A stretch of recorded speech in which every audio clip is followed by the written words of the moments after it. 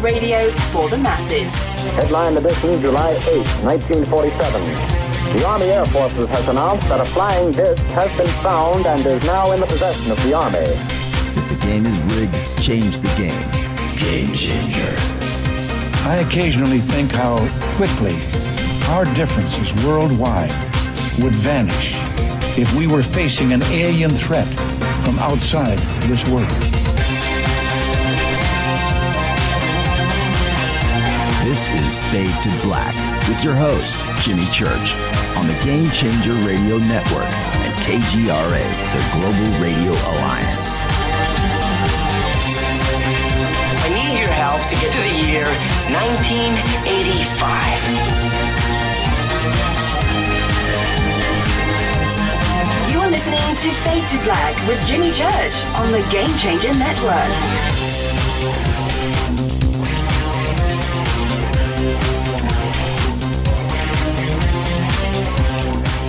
Good evening.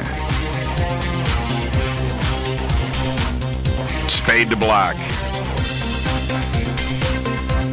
Bespoke radio. For the masses. Yeah, man. Today's Monday, June 1st, 2020.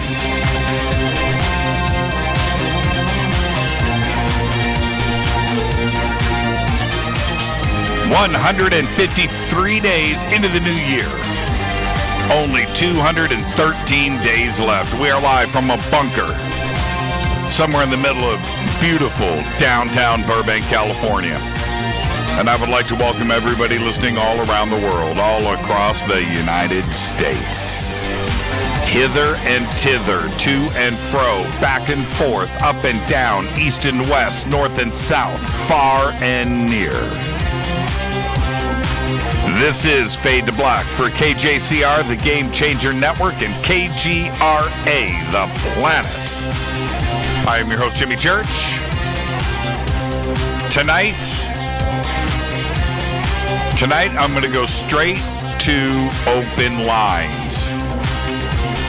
First, I want to thank Nadine Lalich, our scheduled guest for tonight, who graciously accepted our invitation to come back to Fade to Black a week from today, this Monday,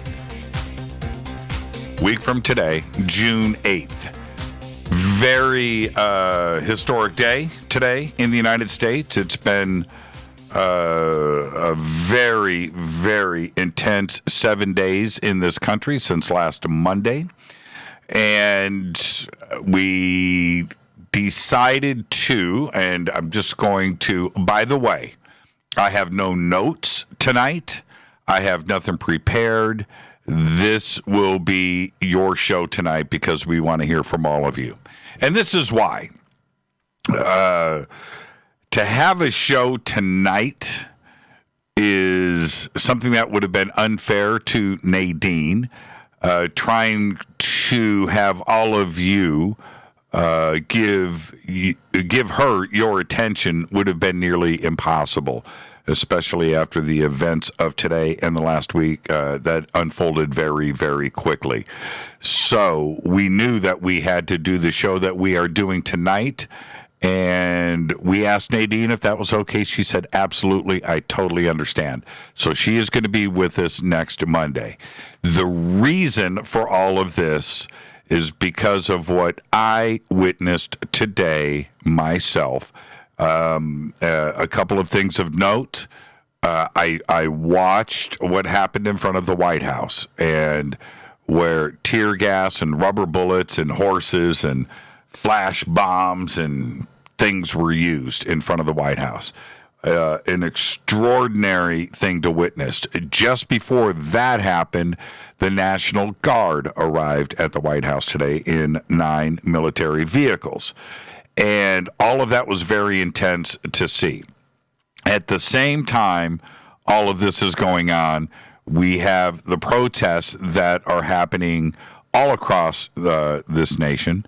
Saw what happened today in Philadelphia, for instance.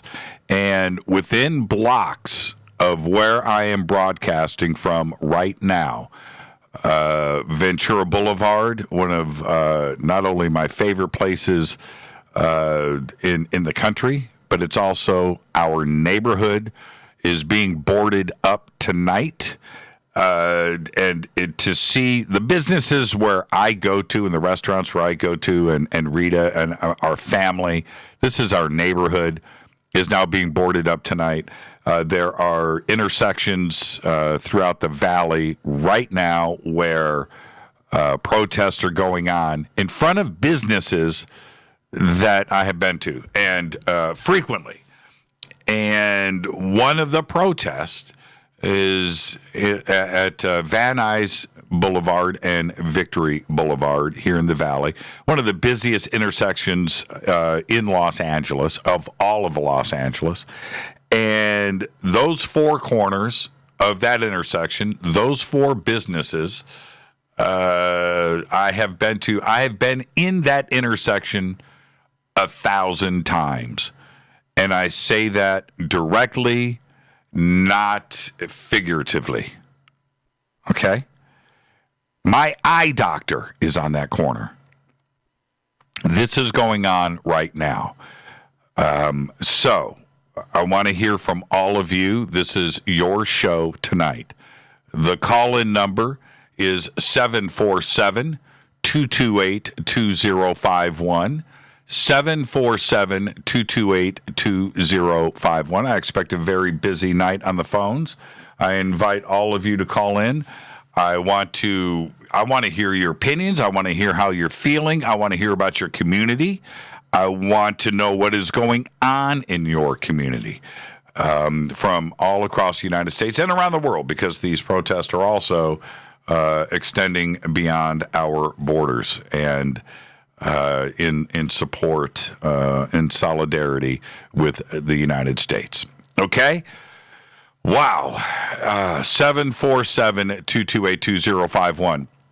I will get the phone numbers up in Twitter here in a minute. I've already got calls on hold, and I'm going to go straight to the phone lines. I'm not going to wait till the bottom of the hour. I'm actually going to go straight to the phones now.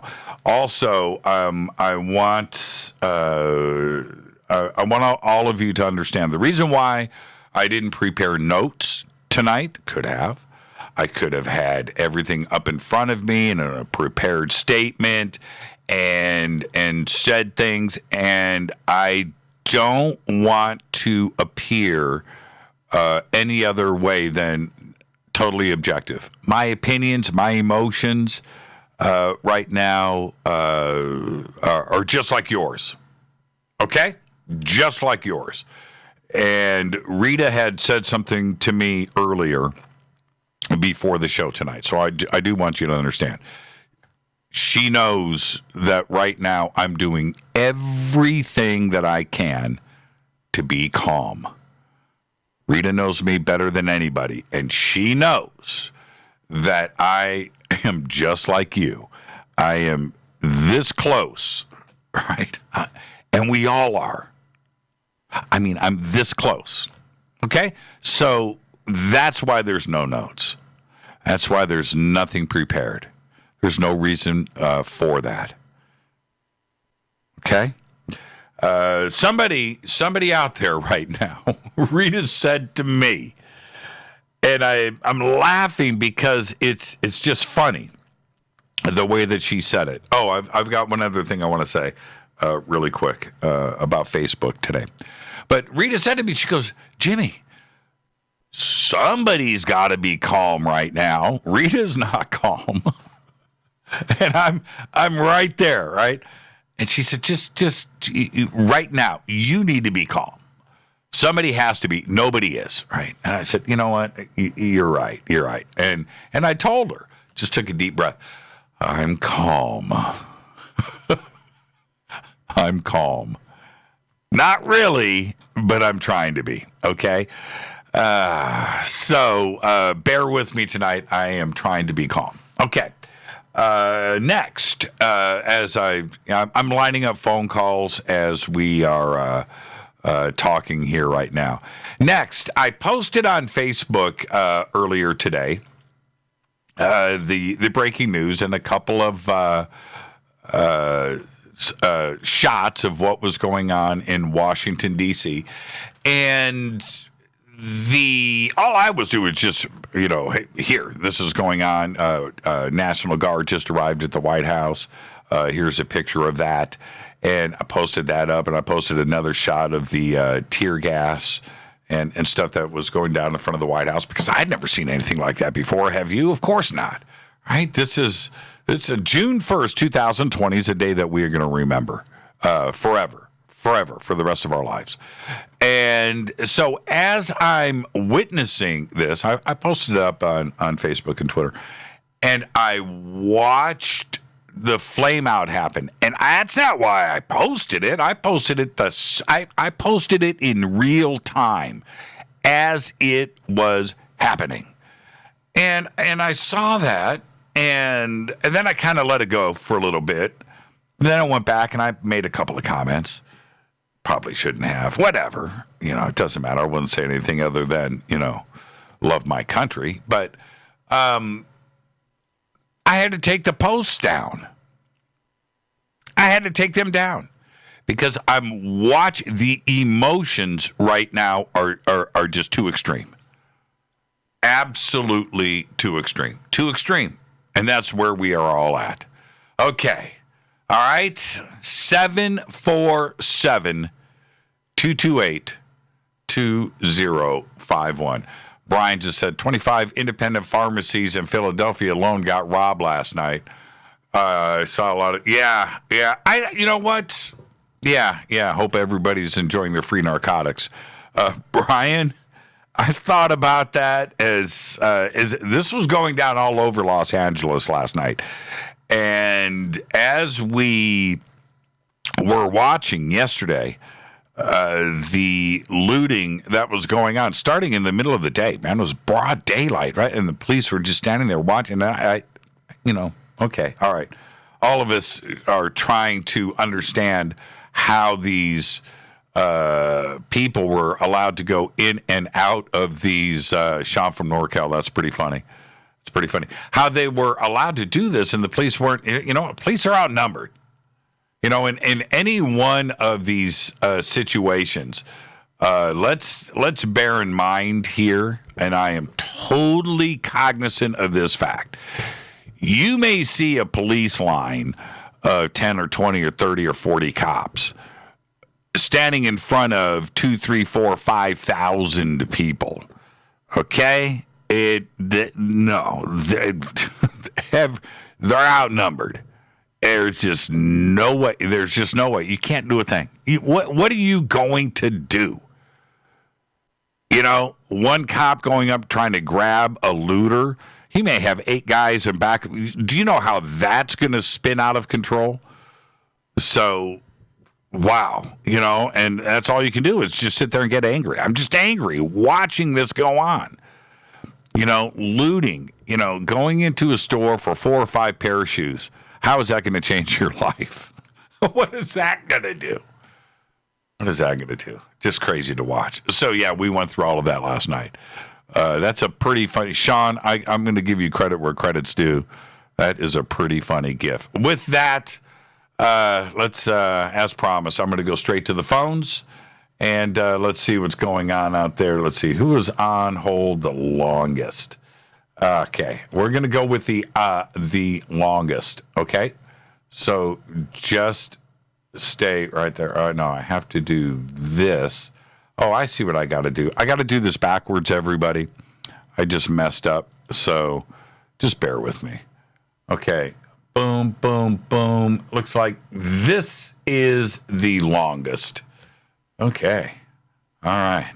We're going to go straight to the phones. Here we go. Hi, you're live on Fade to Black. Who's calling? Victor Albino. This is who? Victor. Victor, how are you tonight? Where are you calling from? I'm calling from Brazil, brother. You're calling from Brazil? Yes, sir. And okay, Victor, very interesting. Are you watching what is going on here in the United States on the news down in Brazil? Yes, I know. So American citizen, Okay. and it's very, very sad and spinning out of control. How is the media down there presenting it to you? So, the media over there is kind of against Trump also. So, and they any opportunity they have to criticize the American people, the American style, so they do. Right. I can see that. Hey, is that overall? I mean, how do the Brazilian people discuss what is going on up here? Not the media, like you and your friends. The people was shocked about what happened with Floyd. Was very bad. Was very sad. But nobody is like supporting these people is doing that riots.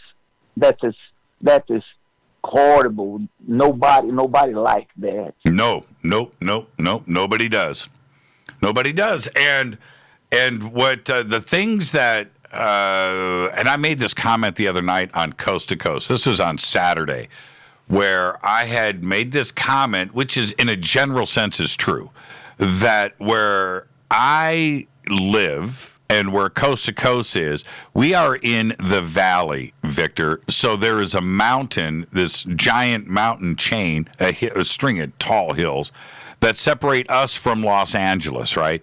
So the crazy stuff always goes on the other side of the hill. And I'm on Coast, and the riots are going on, and the protests and the looting, but it's on the other side of the hill. Well, now it's not on the other side of the hill. Now it's here. It's here in the valley. It's within blocks of our studio, our home, and where we shop, where we eat, where we live is being boarded up tonight. And there is a scheduled protest tomorrow right here in the middle of the valley.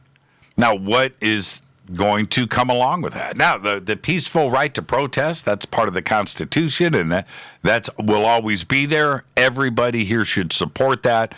And the tragic murder, and I'm saying it was a murder, the autopsy reports are out, the official ones, that he was murdered at the hands of Derek Chauvin. That's a fact. He's under arrest.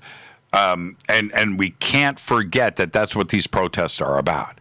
There's two different things going on: the right for a peaceful protest, and then of course looting and stealing and damaging property. That it's two different situations going on, and the looting is overshadowing this man's murder, which the peaceful protests are there for, and this great country. And it's a great country, is witnessing that and having to go through this all the way to the front of the White House.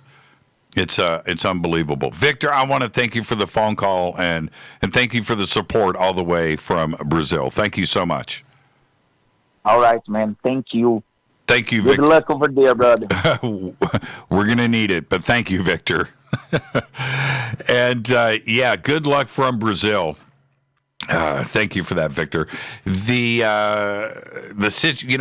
We've got, and this is this show tonight is driven by your phone call. So I am going to let all of you have your voice tonight.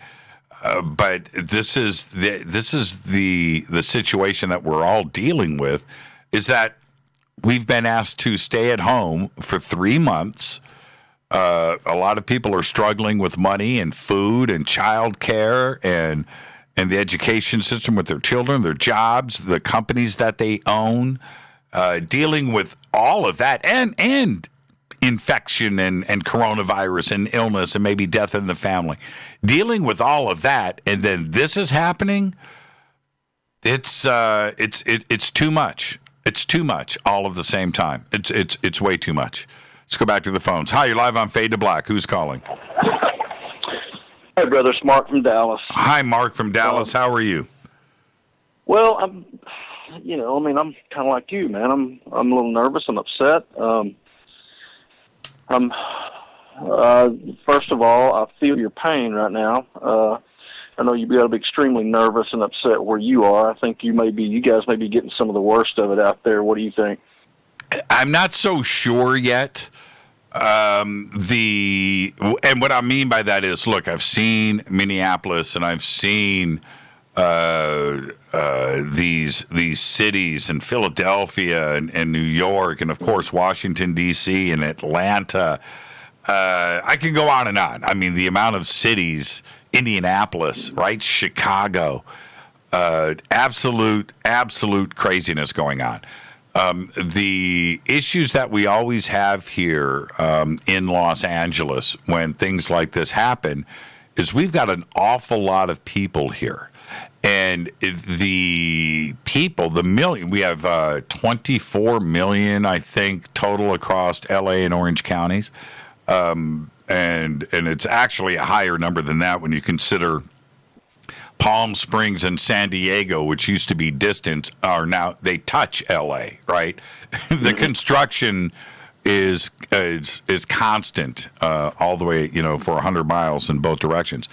And it's spread out. It's not like other American cities, like where you have, with Chicago or Detroit or New York, where the concentration of people is right there. It's not the same in LA. It is completely spread out, and that's that. So we have when we have issues here, the issues happen miles and miles, if not 10s or 20 or miles apart. Miles apart. Yeah. The distance between here and downtown LA, where we are right now, it's 10 miles.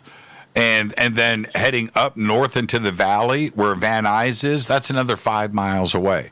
And then, you know what I mean? And these are areas, Long Beach from where we are, that's like 50 miles away. That's a long drive, right? So how do you, when we talk about police and reinforcements or helping each other out and things, and then you're borrowing from Peter to pay Paul, right? So yeah. So what you're describing is an impossible situation to defend as far as law enforcement goes, because at this point you have to assume that all those places are going to be bad. Some will be worse than others, but you don't know which ones. So you've got to. There's not enough police to handle all that. No, it's impossible. It's impossible. Start bringing the military at that point. Yeah, it's impossible. The National Guard, the military is not going to be used in the States. Well, it's not. National Guard, yeah. Yeah. And the other part about this is when you think about 28 million people or whatever it is here in Los Angeles County, Orange County. There were protests in San Diego yesterday. I don't know what happened down there today. But you're talking about, millions of businesses and storefronts. And you're only talking about tens of thousands of police, right, that have to work 24 hours a day. And the fire departments and the 911, the emergency system and all of that. You can't. It's absolutely impossible. It's absolutely impossible. Well, let's put this in perspective. We have a pandemic, and regardless of what our opinion of the pandemic is, it's a pandemic nonetheless that we're having to defend ourselves. It's driven the economy into the crapper. So we were already on our heels because of that. Now this, on top of that, what is this going to do to the economy, to small business mom and pops? What didn't get destroyed in the pandemic is going to absolutely get destroyed now. You know what I'm saying? Yep, I do. There's so many negative facets to this. When I was a kid, I believe it was the summer of '68, there was Watts, and there was the riots in Detroit, and there was the race riots going on. And I remember I was just a kid, but my mom was crying. We were watching the news, and she had big tears in her eyes. She goes, I think black people and white people are about to go to war. And I remember looking at her and saying, what? And she said, I think we're going to have another civil war. She goes, I don't know what's going to happen. I've never seen anything like this. And here we are. It's almost history repeating itself, isn't it? Yeah, I don't think, this is just my opinion, but it's not, it can't come to that. It can't. No, it cannot come to that. The cooler heads are going to prevail. If I have a crystal ball, and I was just saying this to Rita, I've got to head to a break here, Mark, so I'm going to thank you in advance. Yeah, I know you're up against it, brother. But this is my crystal ball. I think tomorrow we're going to see charges on the other 3 officers. I think that'll be tomorrow. I don't think they're going to wait till the next day. The entire nation is waiting for this to happen, and it can't be delayed. Yep.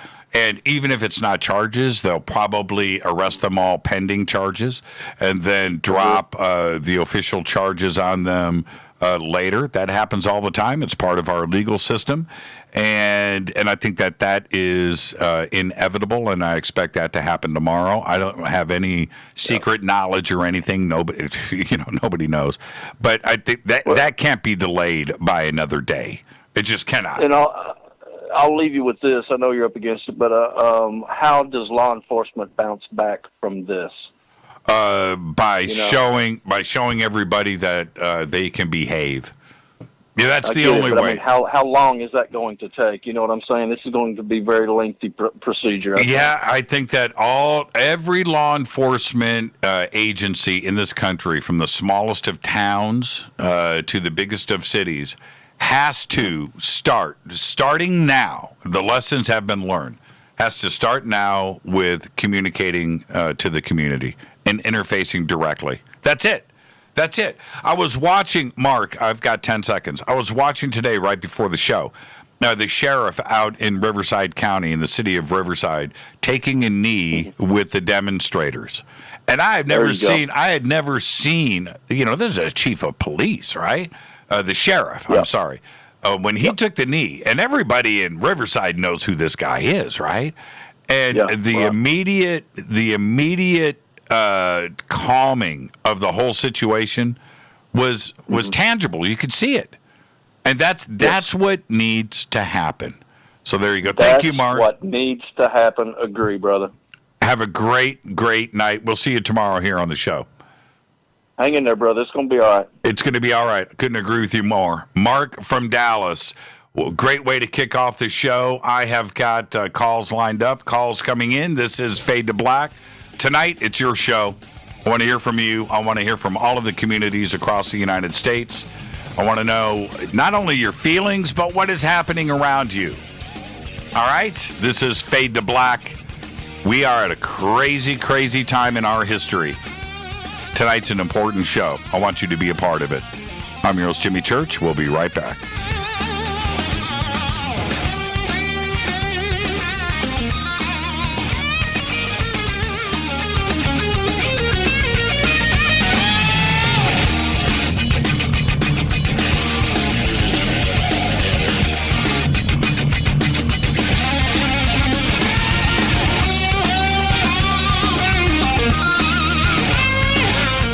This is Nicole Church, daughter of you-know-who, and you're listening to Fade to Black on JimmyChurchRadio.com and the Game Changer Network.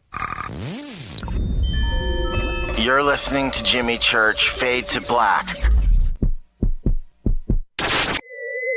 Fade to Black will now pause for alien identification.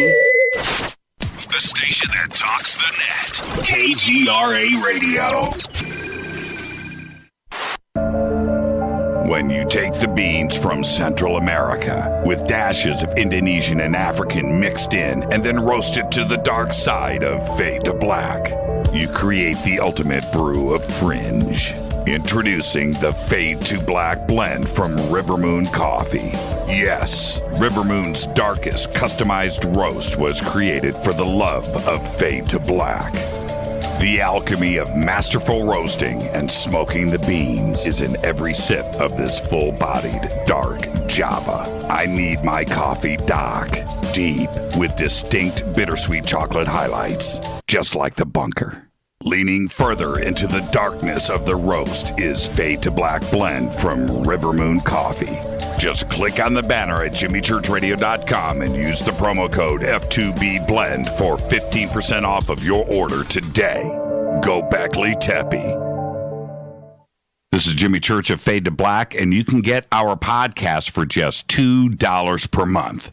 All you have to do is click on the podcast banner over at jimmychurchradio.com. OMG! People are jumping on board to the Life Change Tea Regiment. Brew, steep, and drink for a gentle, taste-great cleanse. It's changing how they feel. See what everybody's talking about. Log on to getthetea.com. That's getthetea.com. Life Change Tea aids in digestive slowdown and helps people get moving down a healthy path. We won't make claims. We'll just let you decide. Experience is much better than a commercial anyway. If you want results, log on to getthetea.com and purchase your super strength cleansing tea. You won't be disappointed. And if you're looking for some mind-body suggestions, go to YouTube and punch in the search bar Health Matters Now. That's Health Matters Now. Put power into your health now. So, getthetea.com. That's getthetea.com for super strength tea. And YouTube, Health Matters Now. That's Health Matters Now for valuable suggestions. Getthetea.com. The tea that makes you go. 9 out of 10 geneticists agree. Fade to Black is not your father's radio show on the Game Changer Radio Network and KGRA, The Planet. Hi, this is Rob Reiner from Anvil, and you're listening to JimmyChurchRadio.com. What's up? I'm Chris. What up? This is Kyle Massey, and you're listening to Jimmy Church Radio.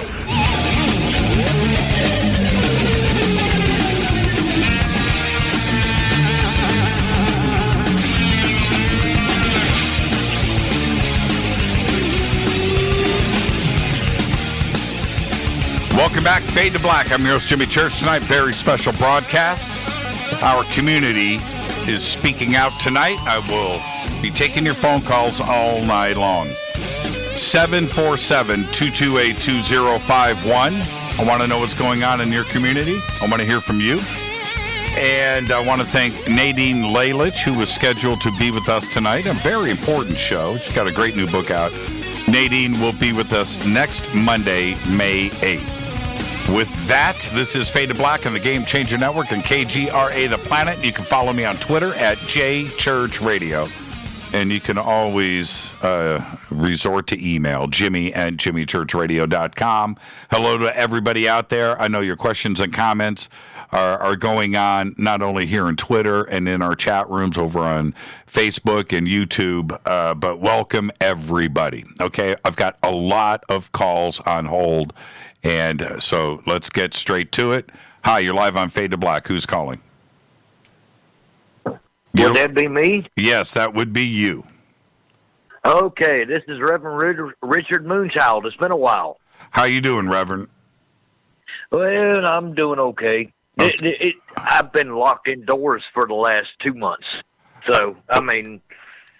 Where are you video games and trying my best to reach out to people on YouTube and everything. My show will be starting up in the next month or so. But other than that, this whole situation has got out of hand, man. Where do you live? I'm in Spartanburg, South Carolina, upstate South Carolina. It got out of hand for us last night.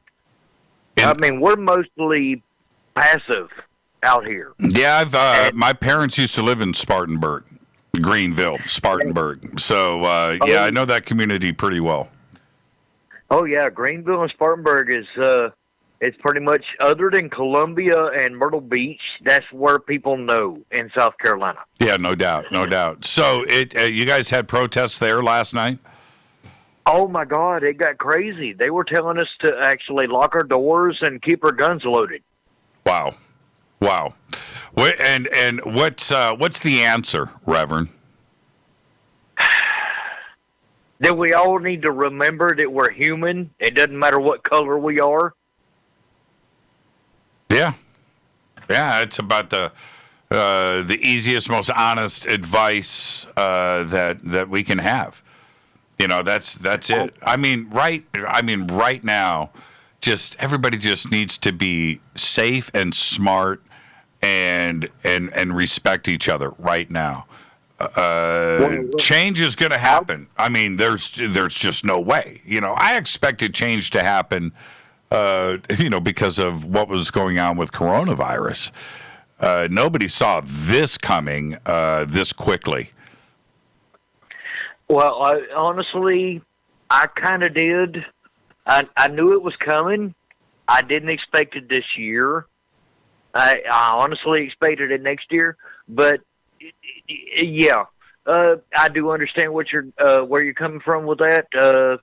The coronavirus has caused a big impact on this country, and there's no way to go around that. And honestly, the coronavirus situation is what has literally gotten to the point that this set us off. Yeah, I think so too. Listen, Reverend, thank you for the words. Thank you for the advice. And be safe out there, okay? We'll see you tomorrow night on the show. We've got a great show tomorrow night with Eric Rains, and we'll be discussing all of this tomorrow with Eric. Thank you so much. Heck yeah. I'll talk to you. Go Beckley Tempe. Go Beckley Tempe. Reverend Moonchild out there in Greenville, Spartanburg. And, yeah, I know that community really, really well and visited there often. And, yeah, great slice of America right there in Greenville, Spartanburg. Let's stay on the phones. Hi, you're live on Fade to Black. Who's calling? This is Eric from Ellenburg Depot, New York. How are you doing tonight, Eric? Well, pretty good. I was unaware of what was going on in L.A.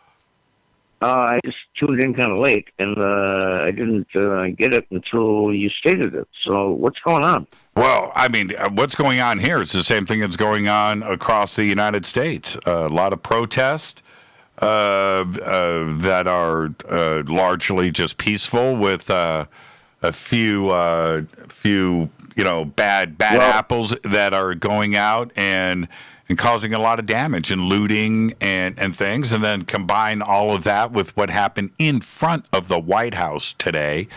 Just absolutely extraordinary day in history. And all of this, I think all of us largely witnessed something that hopefully we'll never see again, but it actually happened. Well, I got two words about that. It's George Soros. And yeah, and you called it correctly 2.5 months ago. You called it as an op, and I agreed, and I still say it is.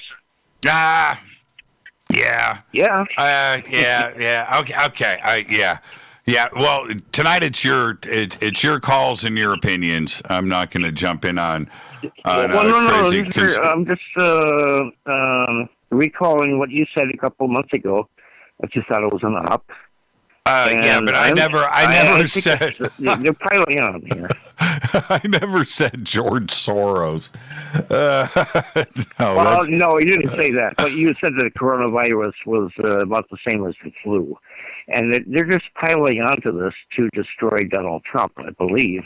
Right. Okay. Well, history is playing out in front of us, and we shall see. So there you go. Eric, I want you and everybody in New York to be safe, man. Okay, thanks much, Jimmy. Yeah, thank you so much.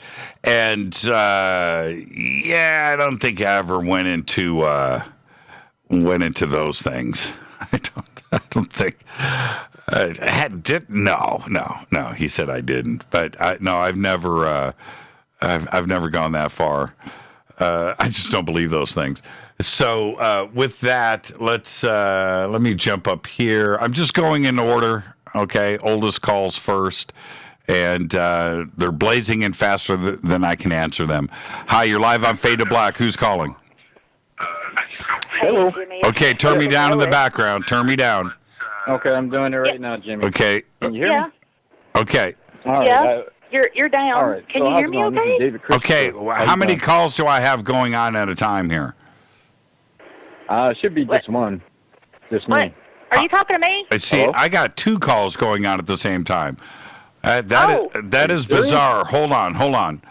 Let me. Okay. Hey. Now you are live. Me? Yes. What's your name? It's Forsaken Roeth. Hey, Jimmy. Forsaken. How are you? Yep, hanging in there, just like we all are. And I mean, what city are you in? I'm in Knoxville, Tennessee. You're in Knoxville. What's Knoxville been like over the last week? Well, right before things got really bad, like right before the protests, in other cities turned nasty. Our police stepped out in front of it, and they addressed the community, saying, explaining, what is in their training manual, what is not. The mayor of the city came out and said how grossly she was against, what happened in Minneapolis, and and so they were, wanting more transparency, reaching out to the community, just reaching out to the community, and so it was. I think it was Friday. There was a protest here, and it was about 300, 400 people, and it was all peaceful. There was nothing was burning. Nobody looted anything.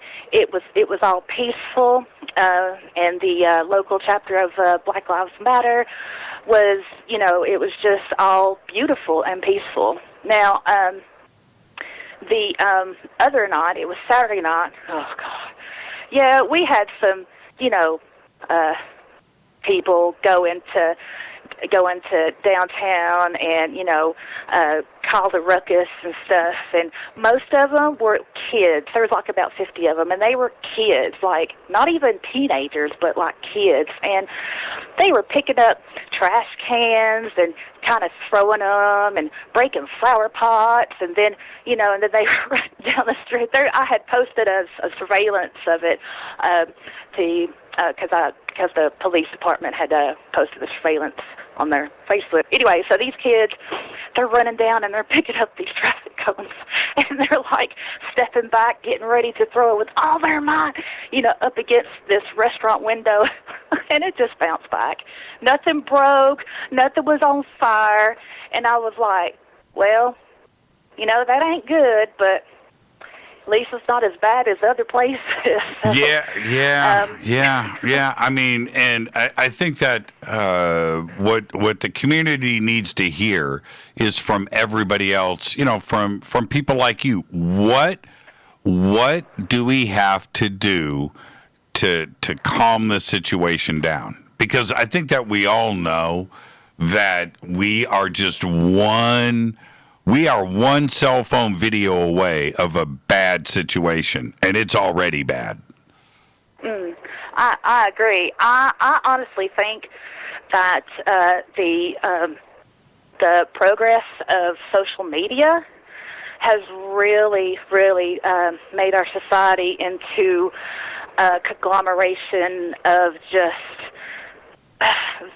vain anger and, selfishness and greed. It's just made it worse. And if you notice, with all the loot, the ones who were looting and everything, they had their cameras and taking selfies, and like they were so proud for doing something so bad, and just to get it out there on social media. Mm-hmm. And it's I think that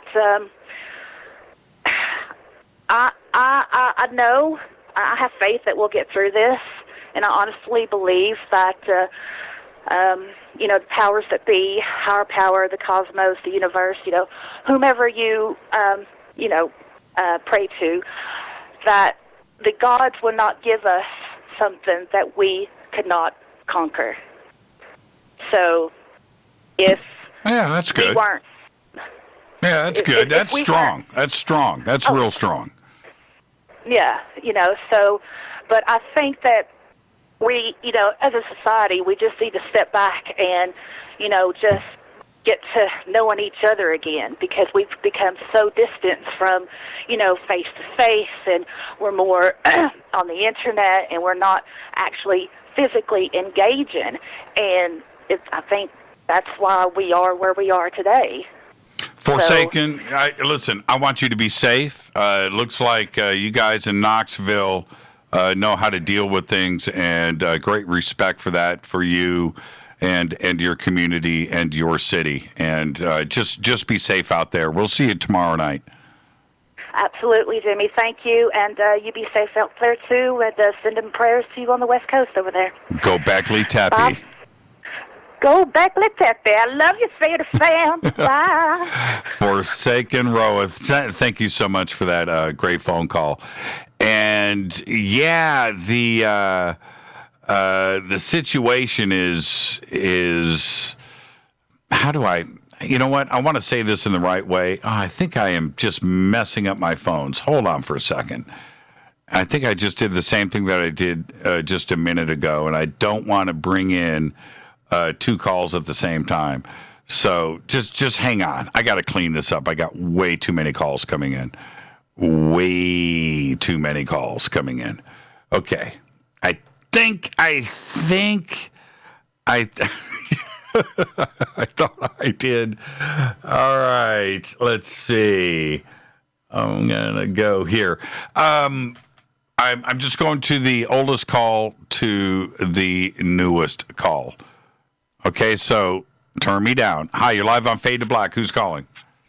Hey, it's Chris from Indy, man. Chris from Indy. How are you? Doing good, man. Just calling to report the news that I'm hearing on this end. Yeah, what's going on out there? Well, we've had the riots now for the last 2-3 days. I know the second day I've been listening to the police scanner in the Indianapolis metro area, and there were 43 shots fired in one night. Some of them at cops. It was just it's getting crazy out there, man. What side of town are you in? I'm currently now on the west side of Indy. I'm over Brownsburg area. You're on the west side? Yeah. Okay, like Avon? Yeah, Avon, Brownsburg, yeah. Yeah, okay. Everybody knows I'm from Indy. And I was watching the news come in over the last couple of days, and it makes me sad. But Indianapolis represents so many different other cities in the United States, right? It's just a proud city, a great city, and so many examples of Indianapolis are out there, and they're great cities. And to see this happen, in Indy, where you just wouldn't expect things, right? Exactly. It can happen anywhere, right? One interesting thing that this just happened within the last hour. All broadcasting to scanner radio from IMPD is completely cut off. They've cut broadcasting off completely. How can they do that? I don't know. That's pretty good. I've been sitting in silence now for the last almost 40 minutes. Wow, so they have some kind of digital radio channel that they can broadcast on that doesn't go out to the scanners? It's got to be. That's the only thing I can think of is a back channel of some sort. I would have never thought that Indianapolis would have that kind of technology. Right? That's it. Oh, man. I say that with endearing love, Indy. You know what I'm talking about. Indianapolis, we love you. Stop rioting, please. Yes, exactly. Chris, thank you for the update on Indianapolis. And really quick, before I say goodbye, what's the answer? What do we do? What's the answer? Peace and love. Spread it around. That's it. Play music. Music unites us all. Chris, words of wisdom, my friend. Enjoy the rest of your night, and we'll see you right here tomorrow on Fade to Black. By the way, Jimmy, your hold music. Yeah. Super chill. I was actually playing it with my acoustic like a backing track. I'll talk to you, Chris. Thank you, man. Take it easy, brother. Go Beckley Tappy. Go Backley Tappy. That's what I'm talking about. Chris from Indy. And, yeah. I mean, what do we do? Oh, man, I just blew it. Okay, look, everybody, I am getting a little bit too quick on with my mouse here, so I apologize for that. Hi, you're live on Fade to Black. Who's calling? You're live. 3, 2, 1. Okay, I'm just going to put you back on hold, and I am going to go here. I have no idea what I'm picking up. Let's go here next. Hi, you're live on Fade to Black. Who's calling? Oh, you're live.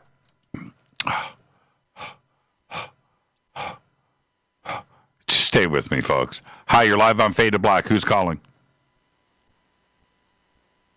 You're live. 3. I'm sorry, I was muted, Jimmy. Oh, there you go. Don't freak me out like that. See, I think it's my phones. And you, no, it was totally me. I'm sorry. And you've got me muted. Who's calling? It's Sarah Ann. Hi, Sarah Ann. Thank you for having this conversation tonight. I really needed this. Well, I think we all did, including me. I think I'm doing it more for me than you, Sarah Ann. Is that a fair answer?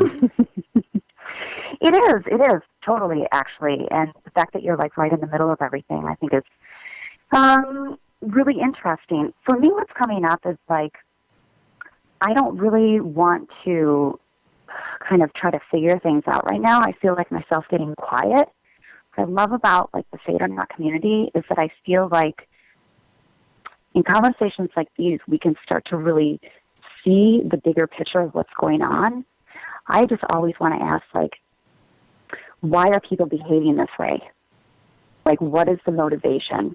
And what is the agenda that many people have when it comes to reacting to what's happening? That's what really freaks me out, is the kind of politically biased agendas that are coming forward that people aren't really, well, I'm taking note of. That's what really is kind of freaking me out. Yeah, and what I find interesting is this. It's not people. There are elements out there, and I see it and I get it, that want to make this a red or blue issue, right? Right. They want to do it, and it's simply not. This what went down in Minneapolis has gone down in every red and every blue state and city in this country. Period. Mm-hmm. And anybody that wants to make it a red or a blue issue, I can immediately embarrass, but I don't want to do that, and I'm not going to do that. But this is the other thing that is probably most important, is that even though George Floyd was a black man and was killed by a white cop, murdered by a white cop, we are seeing these protests that are going on in some cities are white, right? And certainly most of these protests are a mixture of all of the community. And that it doesn't matter what your ethnicity is, we all recognize when something is wrong. And that I am enjoying to see communities come together like this. I don't know. I read some stats the other day, the percentage of, what makes up the United States, white, black, Hispanic, or, Asian, whatever. And the percentages are so low out there for the minorities that if you keep all of that in perspective, then the ratio of what is out there, that's not what's making up these protests. The protests are the communities. The protests are being held by the citizens of this great country that live in these cities, and they're tired of it. They're just tired. That's it. It's just like that. George Floyd is happens to be the last black man that was murdered by a white cop, or by a cop, I should say. In this instance, It was a white cop, but at the hands of the police. And hopefully he's going to be the last. That's it.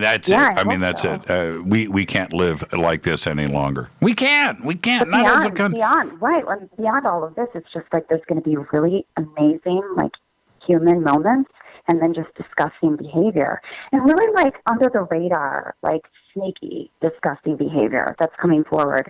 And I'm interested in like just being part of a conversation where, because I have my own biases, I get fired up, but where I can have people in my life that are like, okay, you're running a bias thread here. This is a program. Like, let's really talk about what's going on and having an awareness of what the solutions can be. That's right. Because I don't think you can stop people from being violent. Everybody's angry. This has to go down the way that it does. But it's like, well, okay, it's going to be ugly, but how can I step back and have my tribe and we're quiet and just committed to like creating solutions and really holding space to being truly conscious. And the ships are flying low. There's a lot of opportunity here, but gosh, I Sarah Ann, back a little bit because I get so upset. Yeah, Sarah Ann, let me jump in. I've only got 1 minute. Where are you calling from? I'm calling from Wisconsin right now. Okay, and what's it like in your community? Mellow. People are fired up, but there hasn't been any violence. In the larger cities in Wisconsin, that's been different, but I'm a small town, so it's been pretty mellow. Thank you so much, and I just want you to be safe out there. Sounds like you are, and I'll see you tomorrow night on the show, Sarah. And thank you so much, and go back Tappy. Go back Tappy. Good night. There you go. Sarah Ann calling in from Wisconsin. And I've got to take a break right here. So if you are on hold, stay right there. We'll pick everything up when we come back on the other side. This is Fade to Black. I am your host, Jimmy Church. 747-228-2051. 747-228-2051. I'll be right back.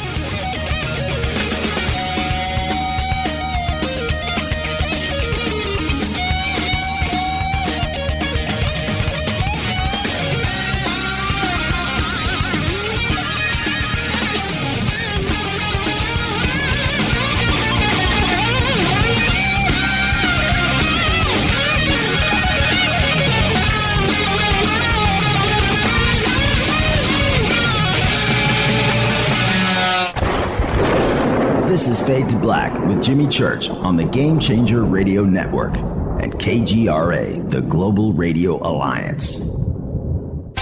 This is KGRA Digital Broadcasting Station, Salt Lake City, Utah, Van Buren, Arkansas.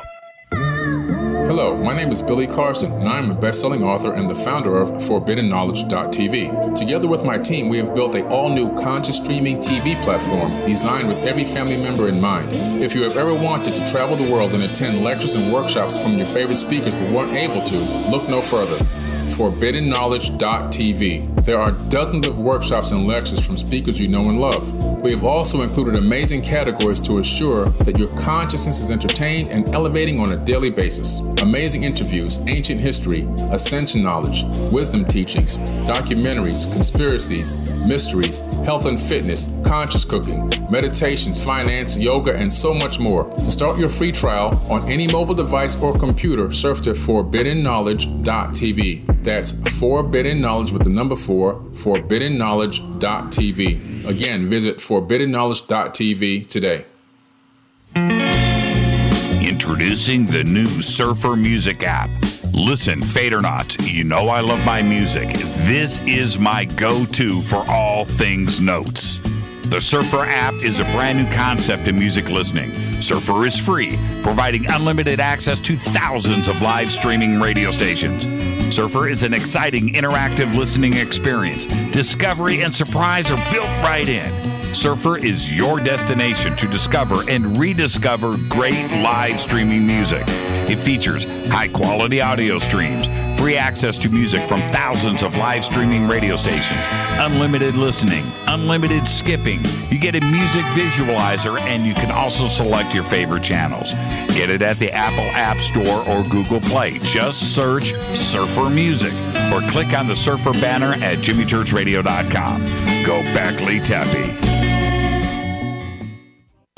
Okay, nurse, let's get this man to the ER stat. Right away, doctor. We see this every day. Heart attack or angina pain due to blocked and clogged arteries. Chelation can remove obstructions or blockages from arteries and help avoid painful and expensive surgery. Now there's Angioprim. It's a liquid oral chelation product that you take with juice. You start to feel the results fast. Angioprim increases blood flow all over the body, and that means more energy and strength to take on the day with less aches and pains. 60 years of research has gone into chelation, and Angioprim is the result. A safe and easy way to unblock your veins and arteries from buildup that slow circulation. Paging Dr. Jones. Please report to the emergency room right away. Log on now to angioprim.com. That's ANGIOPRIM.com. Or to speak with a trained consultant. Give Angioprim a call at 954-882-7221. That's 954-882-7221. Hello, I'm Katie, and you're listening to my main man, Jimmy Church, on jimmychurchradio.com. Hi, this is Ray Hobbs here, repping the planet, and you're listening to my good friend, Jimmy Church, Fade to Black, on the Game Changer Network and the KGRA digital broadcast station. This is Toby Kebbell. You're listening to jimmychurchradio.com. Don't hurt me, Jimmy. I'm only little. Hey, I'm Adrian Grenier. And this is Ari Gold. We're of the Honey Brothers. Yes. We're of the Honey Brothers. Hey, I'm Adrian Grenier. And I'm Ari Gold. We're the Honey Brothers. And you're listening to Jimmy Church. The Revolution. This is Jimmy Church of Fade to Black, and you can become an official Fadernaut by just going to our membership section at jimmychurchradio.com. Hello, this is Serena Wright Taylor from Conscious Life Expo, and you're listening to Fade to Black with Jimmy Church, who holds the Lucky Pony record for the best astrological chart since 1963. True story. This is Micah Hanks of the Gralien Report, and you're listening to Jimmy Church on Fade to Black, across the globe on the Game Changer Radio Network and the one and only KGRA Radio, The Planet.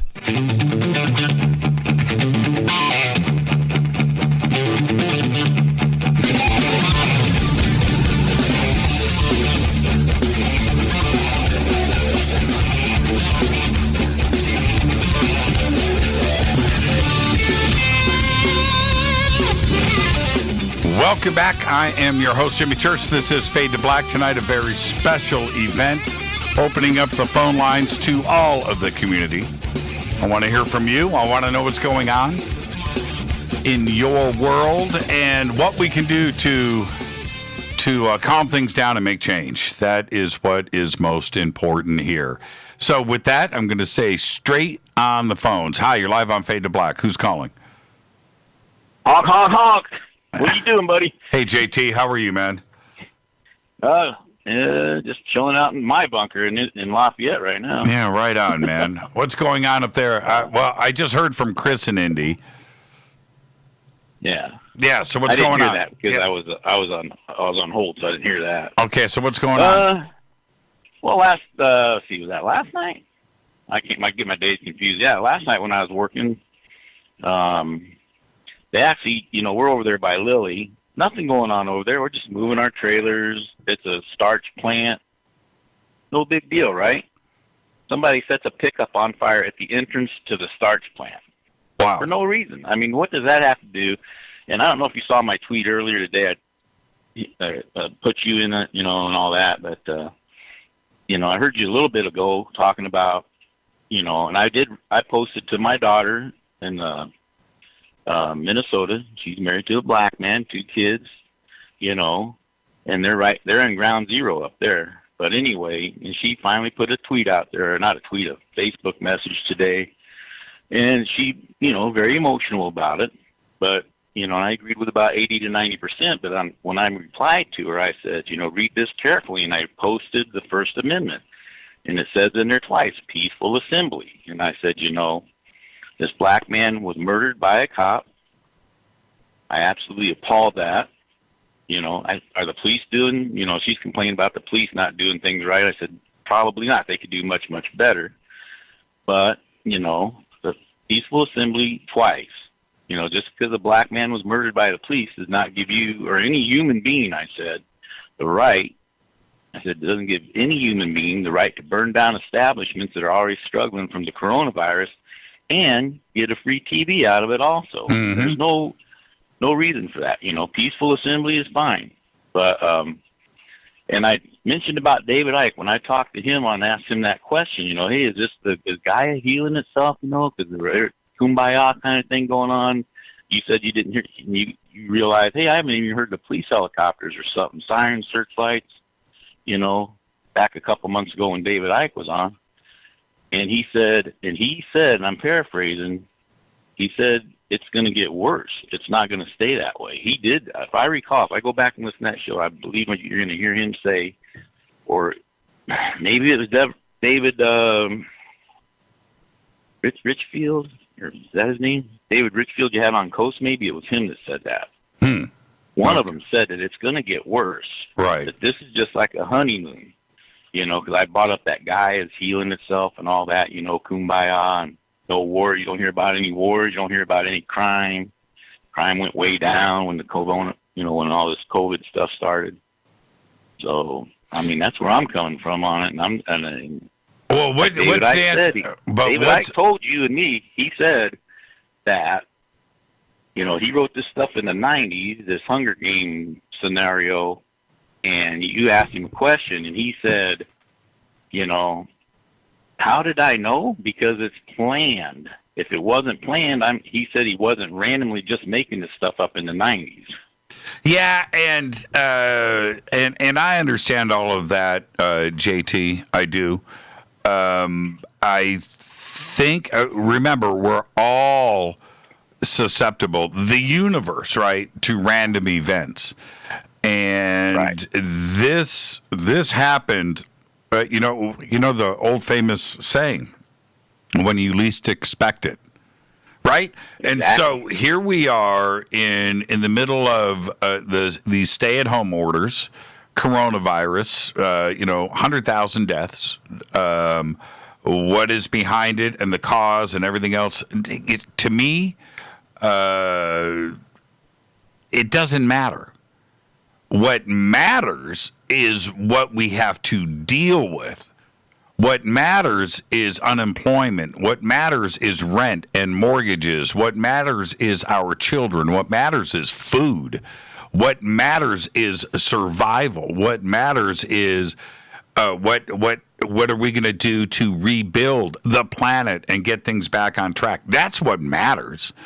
You know, yes, and sir. So we're all dealing with that tremendous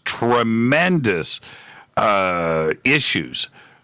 Heavy real life issues that we're all facing, all of us, and I'm facing Absolutely. The same issues that everybody else is, right? And I'm dealing with the same emotions as everybody else, you know. And so yes, on the heels of all of that, in the middle of all of that, we have this. Now there is no doubt that we could all see the writing on the wall, you know, going back a few years with the divisiveness and the fighting and the flaming out and the social media wars and the things that were going on amongst friends and family and coworkers on social media. We saw the potential of things spinning out of control very, very quickly. You know, the tinderbox was left closed, right? And it never really fully opened. But when you button down everybody, you know, for 3 months, and you put all of this emotional weight on top of them. Fever. That's right. And something like this happens, well, there you go. And we have got we have an opportunity here to figure things out really, really quickly. To get answers, to get solutions very, very quickly, and fix things. And there is no other alternative for that. This country is too great. The people are too great. Great. I mean, beyond measure great. This is the greatest country that's ever been anywhere in the history of everything. Right? And so... Yeah, and that's what I say. You know, people tell me thank you for your service, whether it was in the Marines or you thanking me for truck driving. And I always say the same thing, and it takes them by shock a little bit, that I am honored and privileged to have served for you and this great nation, these United States. And I do that for everyone, not just, I mean, even the bad guys. You know, I did that in the Marines. I do it truck driving every night, like you say, and I appreciate the appreciation that I get from everybody, you know, and it's always been, I guess I was just raised that way, you know, an honor and a privilege to serve you and the nation. You know, one of these days you're going to be walking down the street in Indy. You're going to be somewhere. Somebody's going to walk past you with a T-shirt on that says, "I heard JT on the radio last night." I'll talk to you, man. Be safe. I don't know. My wife says, I think you're the most famous truck driver in the world. You might be right now. JT, be safe out there, my friend. And bloke, speaking of that, bloke from Oz there, I got to apologize for getting in so late because I lost Jimmy's bat phone number is what happened. I'll talk to you. JT, be safe and be well, man. All right, honk, honk. I love everybody. Number 624. Oh, 26. That really applies right now. If you haven't cracked that Bible open and look that up. I'll talk to you. And also, go Beckley Teppy. Go Beckley Teppy, JT. And I watched the tweets the other night. I don't know how JT gets through on the phone lines. Surprises me over at Coast 2 as well when you have, you know, so many thousands of people trying to get through on the coastlines. He doesn't have any secret phone number, man. He just knows how to run that redial. Let's stay on the phones. Hi, you're live on Fade to Black. Who's calling? Hi, Jimmy. Hi, who's this? This is Amy in Minneapolis. Hi, Amy in Minneapolis. How are you tonight? Well, it's pretty weird. Last night was a little quieter because they had so many National Guard out, and they closed the highways and had a curfew. And after the protesters left before the curfew, they rounded up everybody and arrested them that was left. So, but the mayor and the governor. Oh, go ahead. I was going to say, what's going on there tonight? Has the situation started to calm down? I haven't checked for tonight, but the mayor and the governor and police chief yesterday said that what's happening is there's peaceful protesters, and then they said that almost all of the troublemakers that come in and riot are from out of state. They're not from Minnesota. They're some type of anarchists from out of state, and they said that many times already now. And they're looking for they come with no plates on the car, and they have bottles full of gasoline and, you know, to light the fires, and that's the kind of deal that's going on here now. Well, I'm glad for all of you. I mean, that things are somewhat getting back to. They won't be normal for a long time, but compared to what you guys have gone through, and you know, the rest of the country over this last week, it has been an insane situation that is already on top of an insane situation, which is the coronavirus crisis. But I would have never thought that that Minneapolis and the MPD there would find themselves at the epicenter of such great change in the United States, and I think it caught everybody by surprise. And you know. Well, there's something I'd like to tell you that you can find it at KSTP Eyewitness Local News. George Floyd and the officer that killed him both worked security for years at the same nightclub on Lake Street. Yeah, I've heard the same. I've heard the same reports. Now, for me, that I don't know. It's just not a coincidence. So I don't know. Yeah. I mean, what are the chances that he would? It just doesn't work for me. You I don't believe in that many. I understand that. And here, with this situation, it seems like an extraordinary coincidence. But I have to tell you, I walked through. This is 1997, 96, 97. I'm walking through the casino at Caesar's Palace. A casino. And I walk by somebody that was in a class of mine in the 7th grade that I hadn't seen for 45 years. And we recognized each other, turned around and laughed, and how we could know each other after so many years, right? But what are the odds of that on planet Earth of that happening? What are the odds? It happens. It happens. And so now, but they worked there till up to the end of last year. So, yeah, but what I'm saying here, Amy, is we're talking about now in the same city. So you're saying that it's not possible in the same city to bump into somebody that you worked with for a year? Of course. Whether it's on this, have you heard of dirty cops? But that's what I'm wondering. But do you understand what I'm saying? You know, you go around Minneapolis all the time and you bump into ex-friends or ex-coworkers or people that you went to school with. I mean, come on, that's supposed to happen. So, is it crazy? Yeah, but it happens.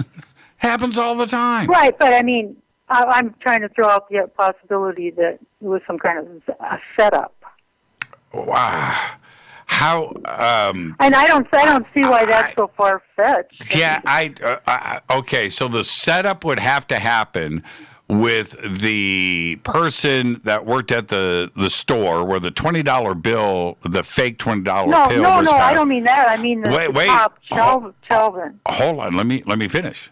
So then the 911 call goes in. Dispatchers dispatch Chauvin there because they're in on it and they need the right dirty cop there at the right scene at the right time with the guy that was the coworker, and the guy over at the store across the street knew that he was the coworker, somehow got a signal. Come on, Amy. No, that's not what I was thinking.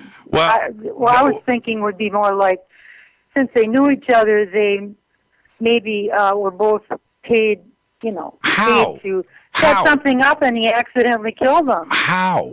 That's what. How? I mean, how? What? I mean, how does that get set up? Sometimes to do bad things. How does that get set up? Between the two of them. When? How? Before the event happened. And how I'm just saying, how does all of that get set up? And it's just between the two of them, or there's a network of 1,000 bad people working behind the scenes to put all of this together, and for what means, for what ends? It would only take a handful of people to do it. Really? You think that's going on in Minneapolis? Well, I'm just saying, they worked together for years up till the end of last year. That's odd to me. So what you're suggesting, look, Amy, anything is possible. I believe in physics and science and the laws of physics that state that anything is possible. But to have somebody go, look, man, okay, so check this out. You're gonna pay me $10,000. And you're going to put your foot on my neck on hot concrete for 8 minutes until I pass out. What? Obviously, it didn't go as planned. That's a crazy plan, man. You're gonna almost kill me, or you're gonna kill me. Or, right? Now, two Well, independent... I don't think he would have known that he was going to kill him. And see, this is the thing, Amy. This is the other part. 2 independent autopsies have gone on. One from the state and one from Michael Baden, right? A private autopsy. Both... Yeah, they don't agree. They do agree. You know what they agree on? He was killed by the cops. One says it was a heart attack induced by asphyxiation brought on by the police. The other one says he was just asphyxiated. That blocked his throat and he couldn't breathe and the pressure on his back. Both agree that the cops killed him. Okay, so wait a minute. That means that they are checking out a dead body, which means who is going to, and what kind of money changed hands, or what kind of plan is involved where somebody's going to volunteer to give up his life? I mean, that doesn't make any sense. I don't think he would have known that. He would have thought it was going to go down a different way if it was, you know, an agreement. But he would have thought, he would have trusted the cop. Well. And then, you know, maybe then just the cop who has a horrible reputation, he's been 10 years. Absolutely. And isn't that yeah. Well, listen, Amy. Maybe then, I have I hope the truth comes out. Yeah, but see, that's what I'm saying. Okay, so we'll stay on this and we'll figure it out. Somebody eventually is going to lay it out in front of us, and we'll know the truth. But I'd like to add one more thing. You know, they always say one man can change the world. Well, one man sure did. Yep, you're right about that, Amy. And enjoy the rest of your night. Go Beckley Tepe. Okay. I can't say it. That's okay, Amy. Go Beckley Tepe. I'll say it for you. And right there in Minneapolis. Yeah, and the conspiracy theories that are going on out there with this, that's I try to understand. I try to see through it. I try to look at the logic and see how people put these things together and then get it out there. And I always have difficulty with them. But there you go. Not to say that it's not another quitspiracy. Let's go back to the phones. Hi, you're live on Fade to Black. Who's calling? Hi, Jimmy. It's Deb. Hi, Deb. How are you? Quitspiracy. Good. Hey, I was thinking about you on Saturday night. What was your drive to Coast into the studio? What was that like? Empty streets and no police presence. Everybody was over on the other side of the hill. Not where we are. Not yet. Tonight's about to unfold, so we'll see. Yeah, well, good, because, sending positive energy that way. So I wanted to update you on our Sacramento situation. We're the capital of California, and I was thinking, well, you'd think if there were going to be big protests, a lot of people would, come to the Capitol building here in downtown Sacramento. And as it happened yesterday, there were, a lot of people out there. They were peaceful protesters. They had, it was nice to see food vendors out there, people, selling water, people with bullhorns in certain areas sharing their message, whether it was spiritual or just, opinion, people sitting around very kumbaya. Really nice to see. Definitely out there with a purpose. And then towards the evening, there was some violence starting to break out, but that was curtailed fairly quickly. The Capitol Police were out there, and they had a firm hand on that, at least from what I've seen so far. I could be wrong, but that's pretty much the information that I saw, so I felt that was very positive. Well, so what do you think? What do you think about everything else that's going across this country, and how do we affect change and get try to get some kind of respect back, not only for our community but the police forces across this country too as well. Right. What will affect people the most? as a community, for whether you're, the faith community, the UFO community, I believe that a lot of us are very spiritual beings. This is our opportunity. If it doesn't rain, then we don't grow. We have to lead by example. To read a lot of what she says, I agree with. She was talking to you last Friday. And a lot of the stuff she says, I resonate with it. We have to lead by example. We can't allow people with opposing opinions to trigger us. I had 2 friends last night calling me. They're in San Jose. They were amped up. They know I'm a Trump supporter. They wanted to fight with me over the phone. I wasn't going to have it. I just said, I know that we have opposing positions. I reminded them that they were my friends for a reason. I love them, and that I totally respect their feelings. And then I had to just basically, hey, you know what, I've got something on the stove, which was a lie, and I got to let you go. But you know that I'm thinking about you. Please stay safe. I love you. So you have to reinforce the positive with those people. That's the kind of attitude that we have to have. What's going to help in the broad scope? This is a little bit off topic, but it ties into what we're talking about.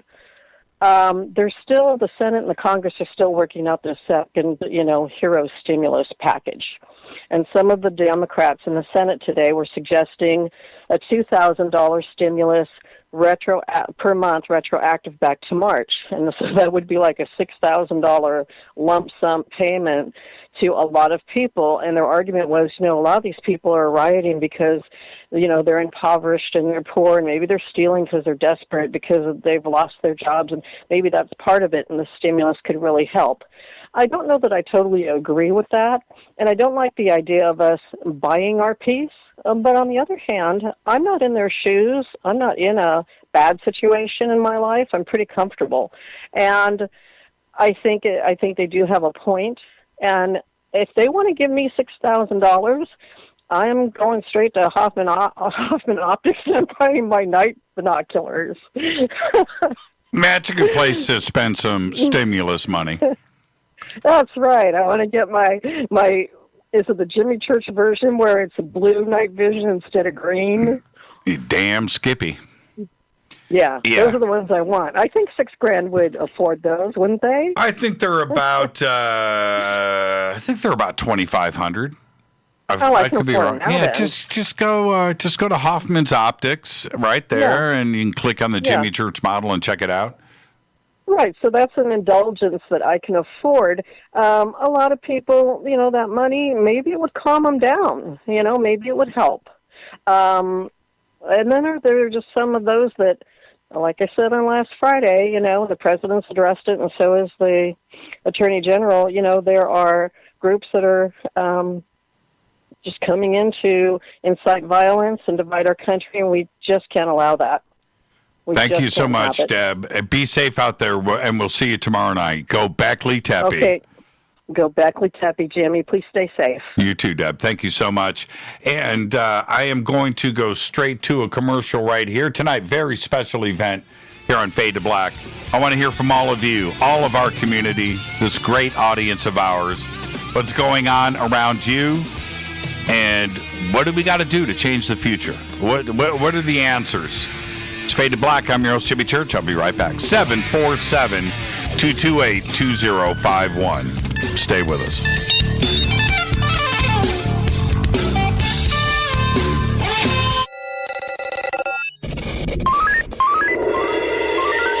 Way out here, we listen to Jimmy Church. You're listening to Fade to Black. Always on the edge of the hottest alternative talk. Jimmy Church with Fade to Black. KGRARadio.com. ¿Qué tal, mis amigos? Yo soy Mario Carson, el tiburón, y los invito para que escuchen a mi buen amigo Jimmy Church Radio. ¡Claro que sí! Do you want to be an official Fadernaut? Of course you do. This is Jimmy Church of Fade to Black. Just go to our membership section at jimmychurchradio.com. Introducing the new Surfer Music app. Listen, Fadernauts, you know I love my music. This is my go-to for all things notes. The Surfer app is a brand new concept in music listening. Surfer is free, providing unlimited access to thousands of live streaming radio stations. Surfer is an exciting, interactive listening experience. Discovery and surprise are built right in.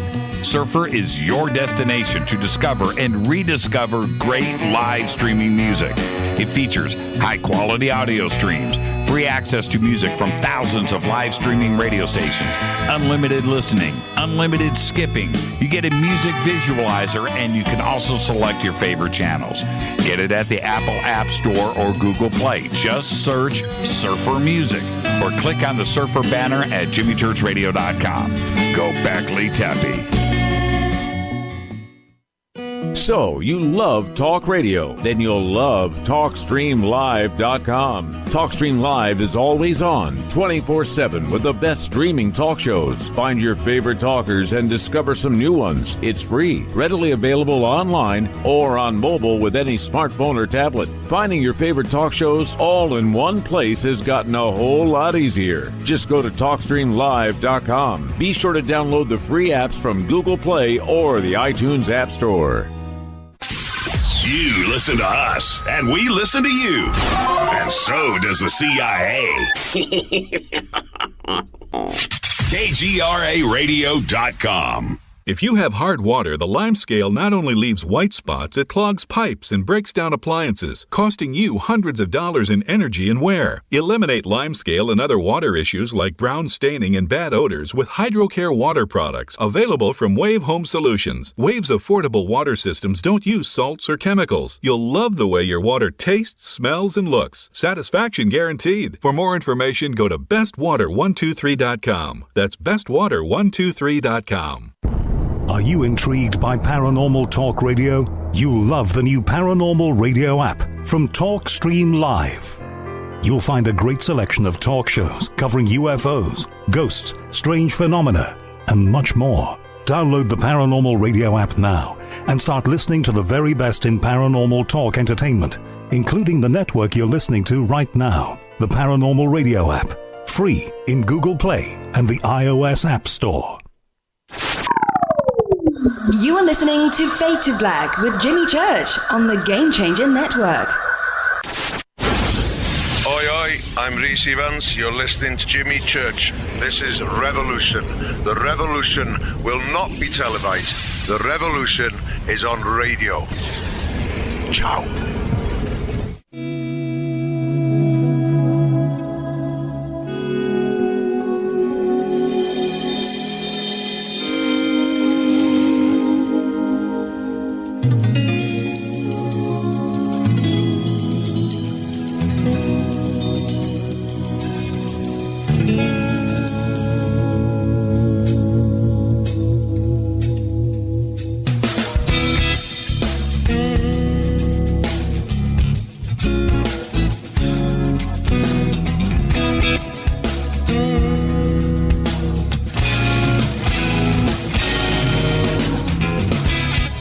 Welcome back. Fade to Black. I am your host, Jimmy Church.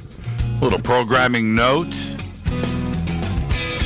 Miss Lalich will be with us next Monday night. And again, Nadine today was very gracious and understood that we had to do this special event tonight, which is opening up the phone lines to all of you, our audience, and to hear from you.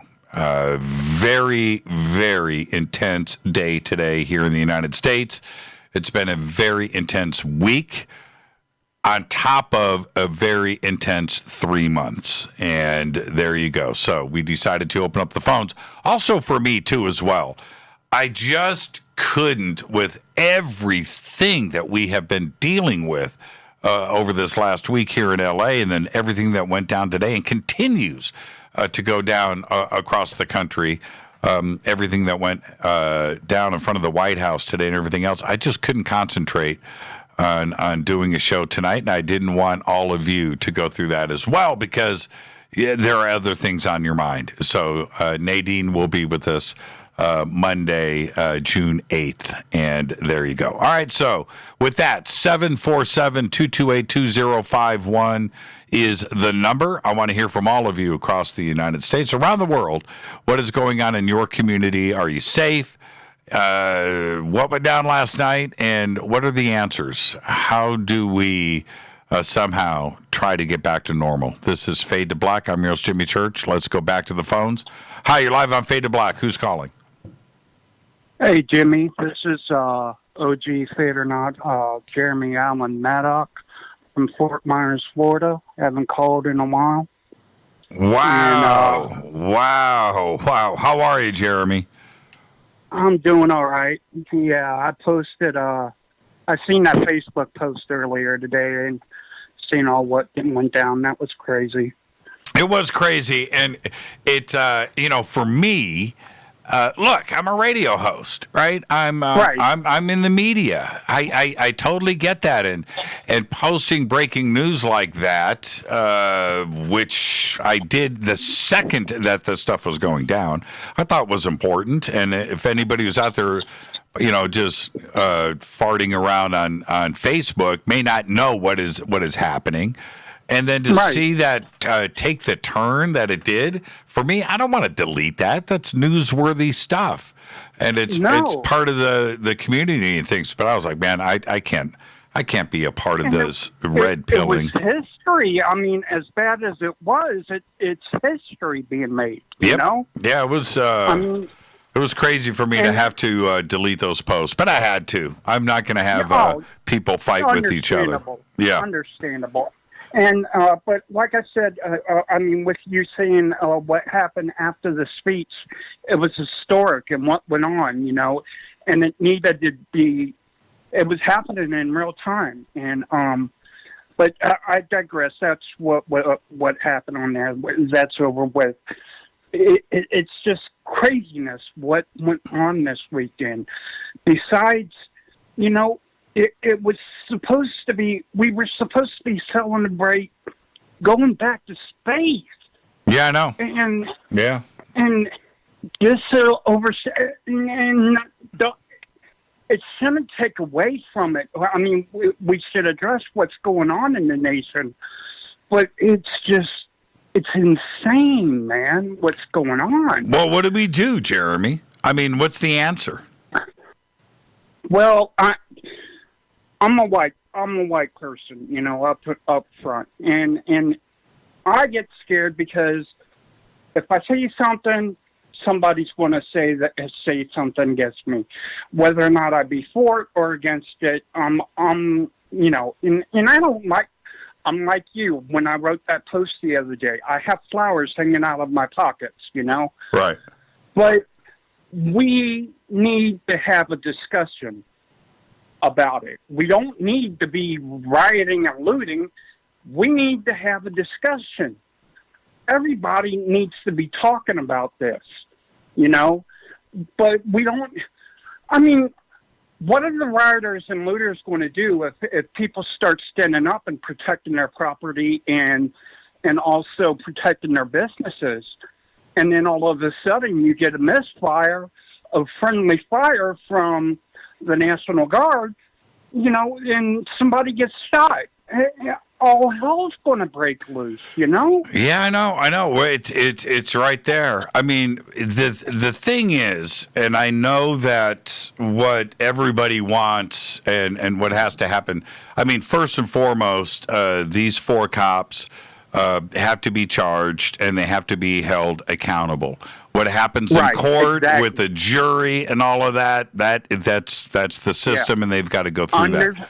Understood. I think everybody agrees upon that. That's the first thing. The second thing that, and what these protests are about, is affecting change with the police departments across this country. And look, that it has to happen.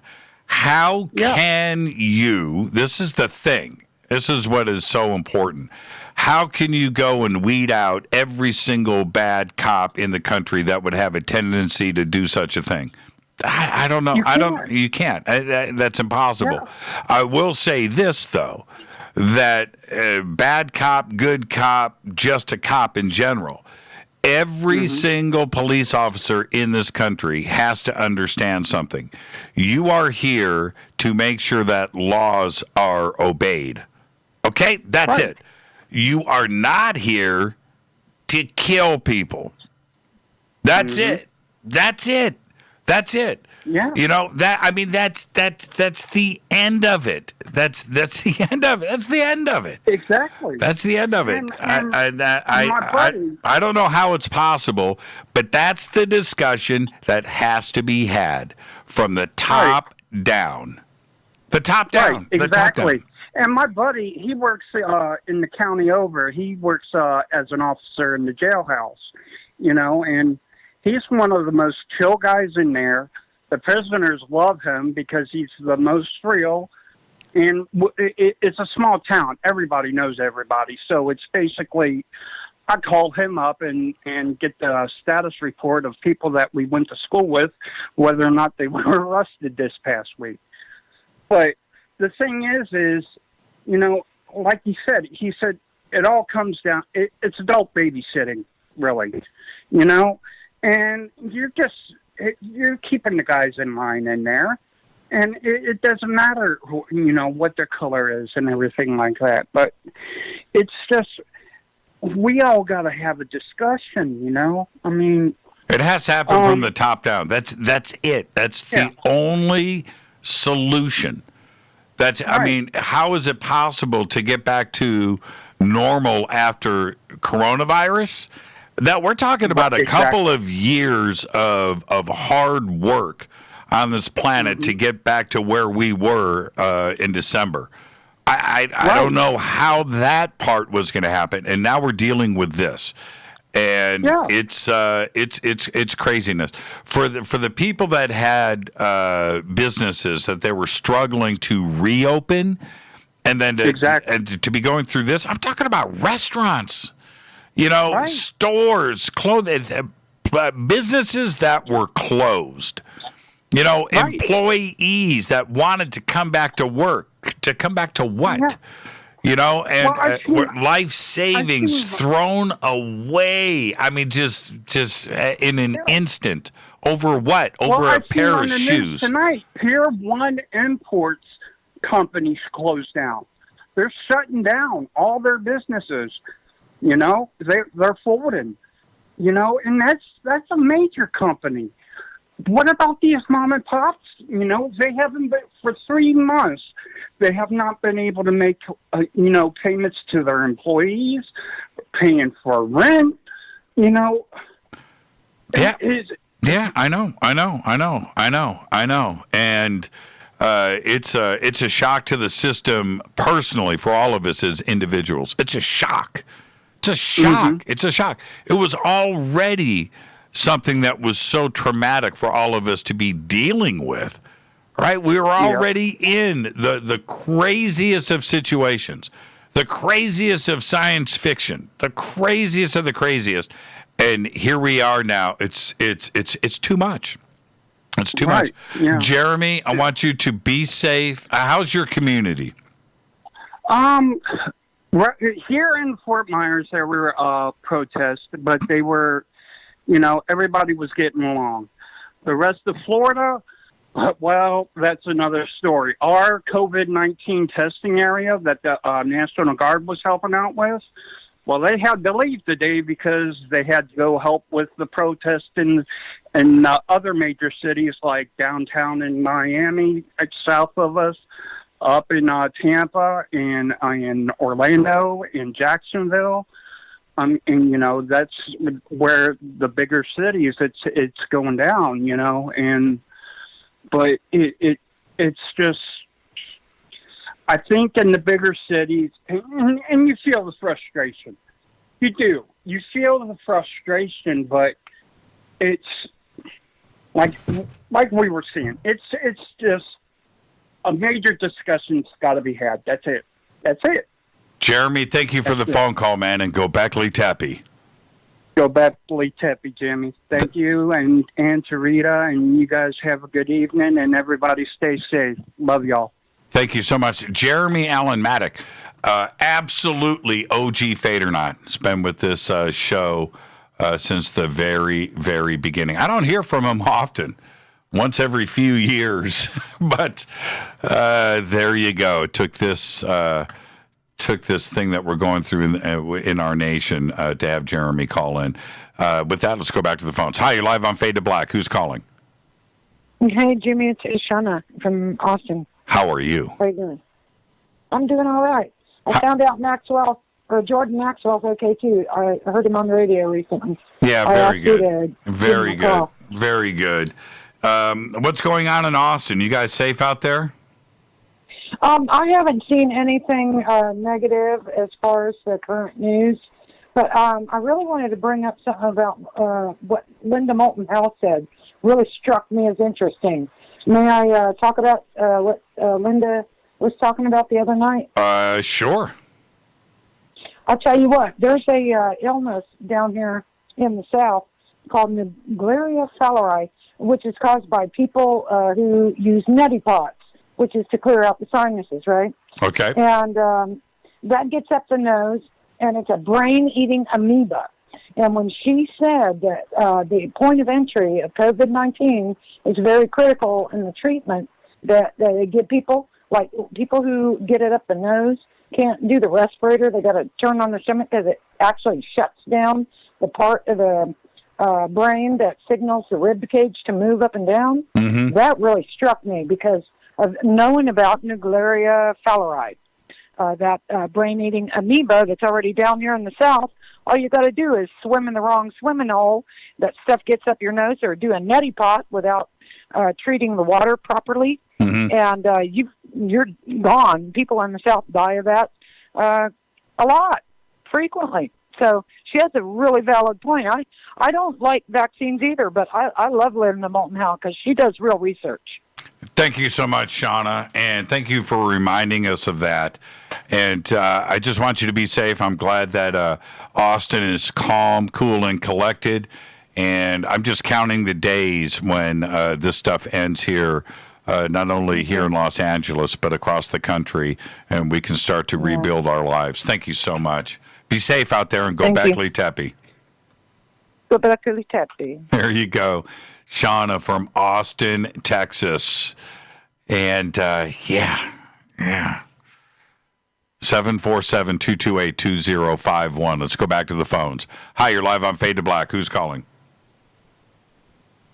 Hey, can you hear me? Yes. Oh, hey, what's going on? This is Sean. I'm calling from South Georgia. How you doing, Sean? I'm great. First, I just want to tell you, I've been listening to you since my dad had a coffee yellow iron-doored Mercedes ever since I was a kid driving back from soccer tournaments. So I appreciate what you do. Man, right on. I'm trying to picture the car. But I got it done. Yeah, it's a basic yellow submarine. One of the things that I wanted to say that I noticed when some of the mayors and governors spoke about initially the protests, and they immediately said that it was outside agitators, but nobody asked the question, so where did people come from? So what states did they drive from? And point being is, like, I can talk about Atlanta.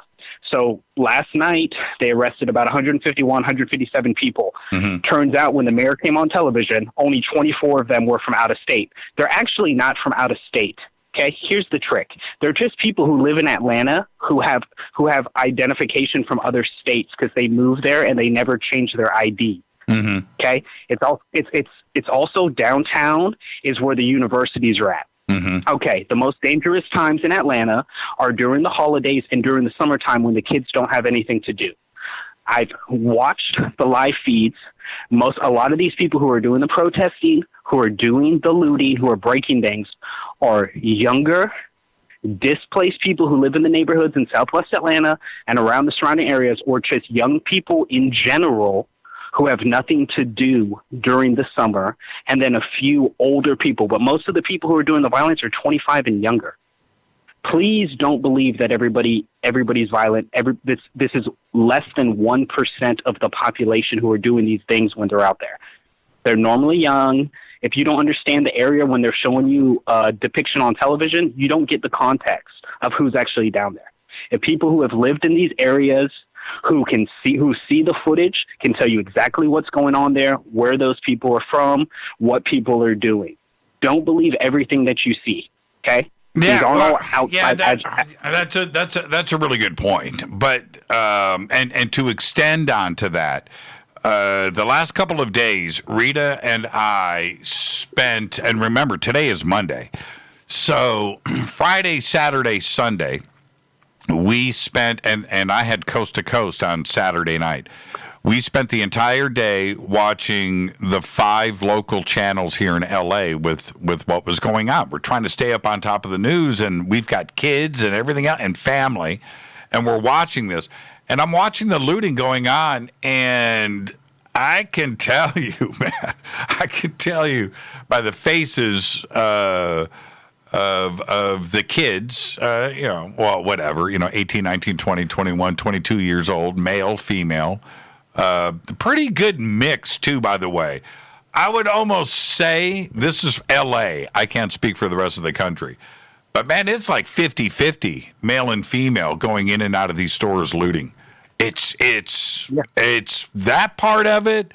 That's not gender specific, number one. Number two, they're right here in L.A. We're right from L.A., but I'm only speaking from Los Angeles from that standpoint, and it saddens me. It saddens me to go and do that over 3-4 pairs of shoes or a handful of perfume or drugs from CVS, whatever it is that you're out there doing.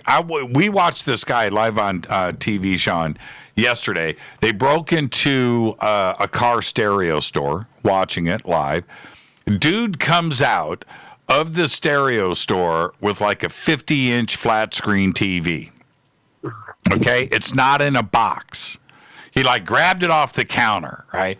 Brings it out. It was a display. Right. It was a display. And he's trying to put it in the back of his SUV. It's a silver SUV. It doesn't fit. He couldn't shut the door. Maybe people saw this. He takes the TV out and throws it on the sidewalk and gets in his car and drives away. It's just like, man,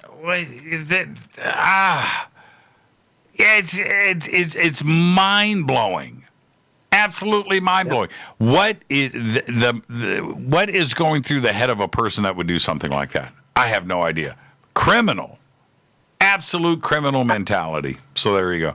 Sean, are you guys safe out there, or is Atlanta jumping off again tonight? We're good to go. No, because the people that are staying past curfew are the young folks. That's what I'm telling you. It's the people who can literally walk 3 miles from their neighborhood or live over there in East or live in there in Southwest Atlanta. I mean, there's a mix, and there's college students, too, from all around the United States, because everybody who's a millennial moves from state to state for work. That's just how it goes. So if they get your ID and it says Colorado, guess what? You've probably been living in Atlanta for 3 years. You don't vote in Georgia. Maybe they don't vote, period, and they keep their identification. What's the answer for the future? What's the answer for the future? The answer for the future is, don't everybody forget that studies have come out and said 50% of small businesses aren't ever going to open up again. Mm-hmm. So it's time for everybody to focus on what's actually going on. We'll get these people persecuted, great. But let's not pretend that food prices didn't go up over 21% in less than 3 months, and 50% of everybody you know is going to be unemployed. That's right. So let's focus. There you go. Sean, thank you so much, man, and go back Lee Tappy. Go back Lee Tappy, brother. That's what I'm talking about. And, it's I think it's so important to stealing. That's exactly what it is. It's theft. It's theft. It's theft, man. It's criminal. It's criminal. And going back to, there's two things. If we're going to reel everything back in, two things have to happen. One, those 4 cops, one's been charged. Those 4 cops all have to face charges and deal with what they need to deal with. That was a murder that was committed. Number one. Number two, every police department in this country has to realize that they're here to make sure that laws are obeyed. Not here to kill people. It's two different situations. And they need to have that communication with the communities, that they understand this, and that's it. That's it. There is no more leeway moving forward. What happened in Minneapolis with the MPD cannot happen again. That's it. That's it. Let's go back to the phones. Hi, you're live on Fade to Black. Who's calling? Hi, Jimmy. This is Kevin from West Virginia. Hey, Kevin. How are you tonight? Not doing too bad. There's no rioting in the streets here. And what city are you in, Kevin? New Martinsville. And where? The Ohio River. Where's Martinsville? What's the next biggest city? The next biggest city was the former capital of West Virginia, Wheeling. Wait a minute, Martinsville, where the racetrack is? No, this is New Martinsville. Oh, New Martinsville. It's like, wait a minute here. Okay, so you guys, your town, I don't know if you classify it as a city or a town, but things are calm there. Yeah, they're calm here, but yesterday, down south here on Route 2 that goes all the way from a city called Parkersburg all the way up to Wheeling, they had somebody posted on Facebook, and I looked at it for a few minutes. It was an actual protest during the day. Hardly anybody on the sidewalk, and, they were marching down the street, and it went fairly well. And they were supposed to have one in Wheeling today, and I guess it went okay. But it's not the violence that I'm seeing, seeing elsewhere. Case in point, a friend last night, she sent me a link to somebody doing a live Facebook event out of, let's see, where was that? Quickly, it was in Alabama. Alabama, okay. Yeah. And it was just total freaking chaos. They would go up and they would just smash windows. One guy had like a gasoline can and a shovel, and it was a Wells Fargo bank. And he was going to torture it, or not torture it, torch it. And some of the other protesters, they pulled him aside, and they didn't do it. But, it was just total chaotic.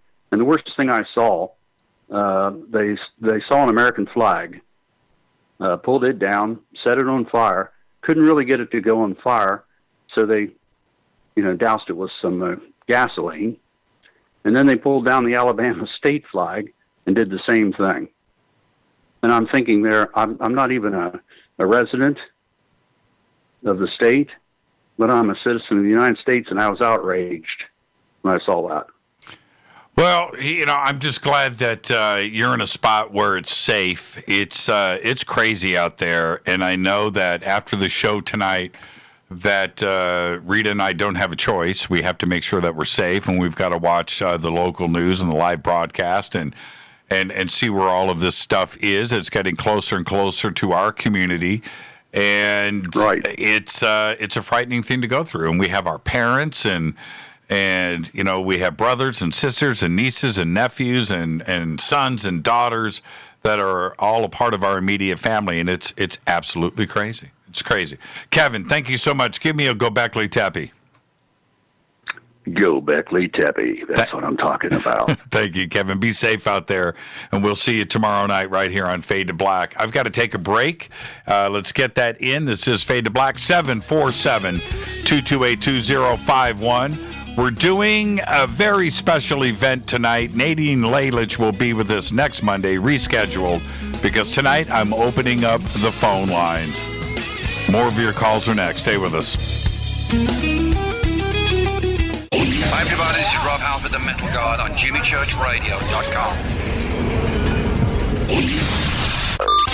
This is KGRA Digital Broadcasting Station, Salt Lake City, Utah, Van Buren, Arkansas. Why is it we're not very good with our health regimen until it's too late? We don't put oil in the car until the engine blows up. When the body's out of balance, your health is not so good. Give your body some love. Log on to GetTheT.com. That's GetTheT.com. Try our Life Change Tea, which cleanses you from harmful intruders.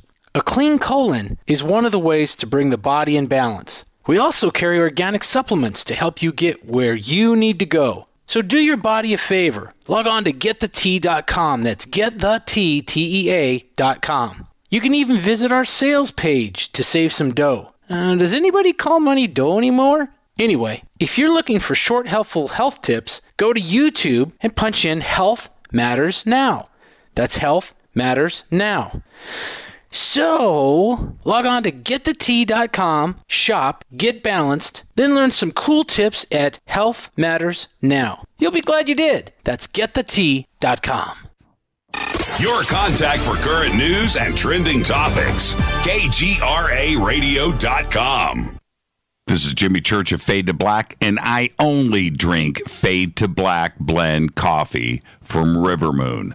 Just click on the River Moon Coffee banner at jimmychurchradio.com. Promo code F2B Blend.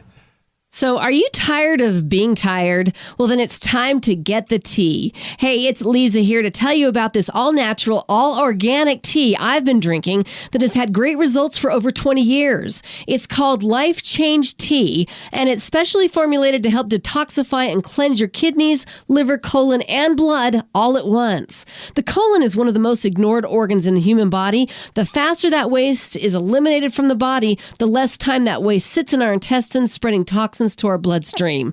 This tea helps cleanse chemicals caused by outside intruders from our entire digestive system. And get this, weight loss can be a side effect. And with continued use of the tea, you can experience clearer, healthier, younger looking skin, increased energy, and a happier outlook on life. So if you're tired of being tired, get the Life Change Tea at getthetea.com. That's getthetea.com. And like me, you'll be glad you did. Did you know that when you're on the road with limited data or Wi-Fi available, you can still listen to every minute of Fade to Black by just calling 605-562-4482. No smartphone, app, or internet needed. It saves your data plan and no extra cost if you have unlimited minutes. Just call 605-562-4482. You can listen to me, Jimmy Church, on any phone, anytime, anywhere. Go Beckley Tappy.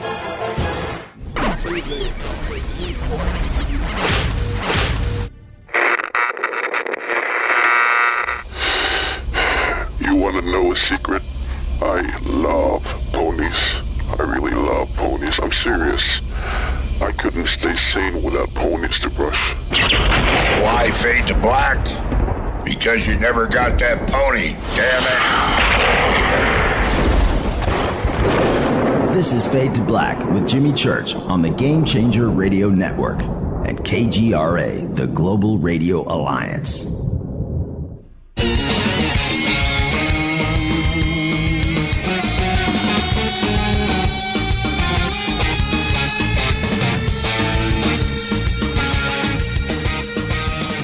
Welcome back, Fade to Black. I'm your host, Jimmy Church. Opening up the phone lines tonight to all of you. This is a special event with our audience and the community out there. Crazy day here in the United States. Crazy week here in the United States. Crazy for the last 3 months. And I want to hear from all of you. What's going on in your community? Are you safe? What are the answers to the future? What are the solutions? And I was thinking last night, and this is my idea. This is one of my solutions. This is what I would have done. I think that every police car in the United States should have a paintball gun. That's right. Now, think about this for a second. Standing out, right, we're watching all of those looters, right, walk in front of the cops, man, with a big arm full of clothes and just walking by and nobody doing anything. What if every police officer had a paintball gun and just right there, pew, pew, pew, right into the bundle of clothes, pew, pew, pew, maybe a couple to the legs, pew, pew, tagged them. I'm just saying, paintball guns. They're going to drop the clothes. They're worthless.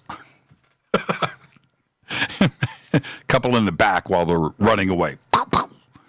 I'm just saying, paintball gun in the trunk of every police car from here on out. No more looting.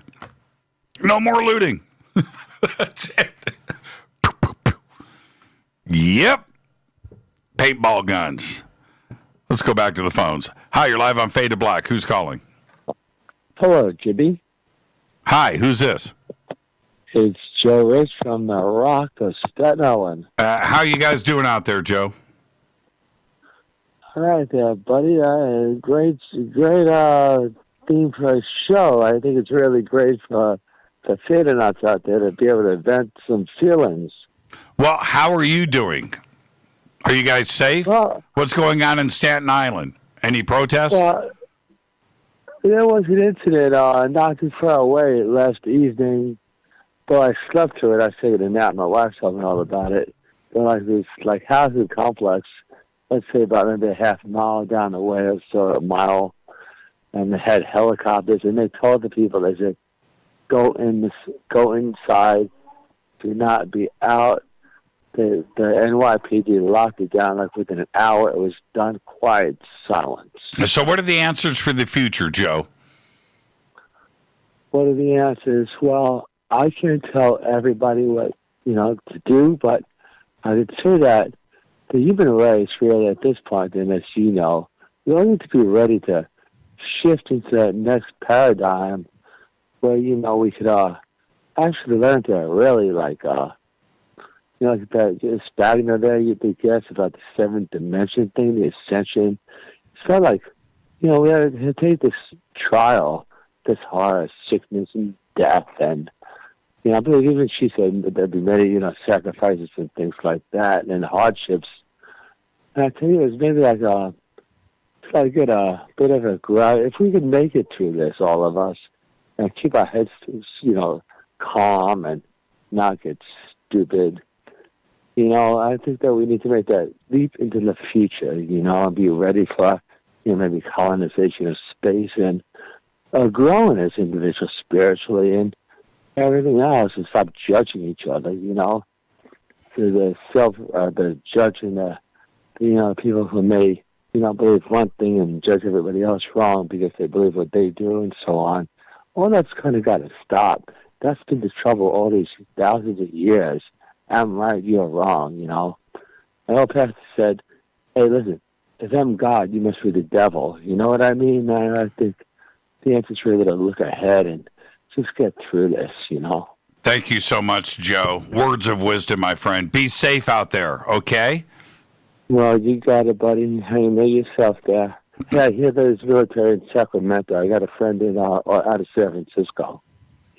Well, but you Sacramento. That's what I heard from my buddy over there. Yeah, I haven't heard those reports yet, but I agree. We've got to look far into the future, and we need to affect the change that needs to be done now. And I think that we've been shocked.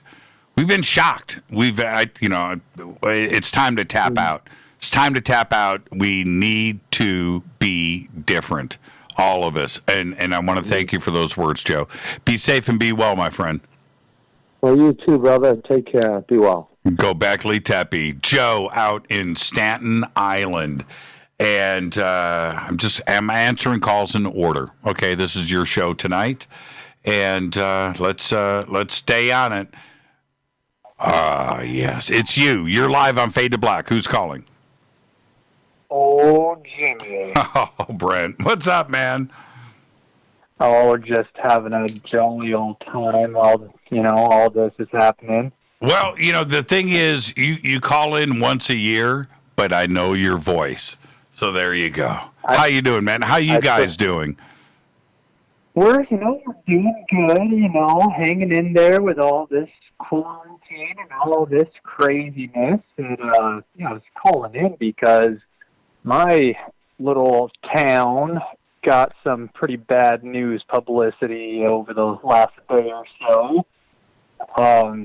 Where I live, it's definitely a more country sort of town in Washington. And now the news is saying that it was a fake Antifa a Twitter account made by white supremacists, so who really knows what's ever happening, but threats of coming and burning some of the shops in our town, and so it was like 200 armed people just lined that main street where we have all the shops. Mm-hmm. And so, I mean, definitely no chaos broke out. I don't know who would ever show up if they... No, it was... Like, I'm not even exaggerating. It was like at least 200 armed people up and down the street, people up on roofs. It was pretty wild, but unfortunately, when some of the news cameras and cell phone cameras went by, there were a couple bad eggs in the bunch that threw up various signs and symbols that this makes everyone there look bad, because to my understanding it started out as just the shop owners sitting out front with no guns, but then the whole town rallied. So yeah, it's kind of wild. Like, I get it. I get why people don't want to see it burn. And then on the criticism, I get the criticism because a couple people made stupid symbols, and a lot of people took it as people trying to intimidate all the protesters away. But over the last couple of days, there has been at least a few hundred peaceful protesters that have gone through. So yeah, that's been my day. Well, you know, I know, and I'm very happy for your town. Okay, I know. I'm going to say this as an American. There are communities across this country where there is going to be zero looting. Right? Yeah, not happening. Not happening. Not happening. And I can guarantee you, there are, even in Los Angeles, there's pockets of LA, there's pockets of the Valley, there are certain areas, wink, wink, across the city where there is going to be zero looting. Zero. You know where the looting's going to be?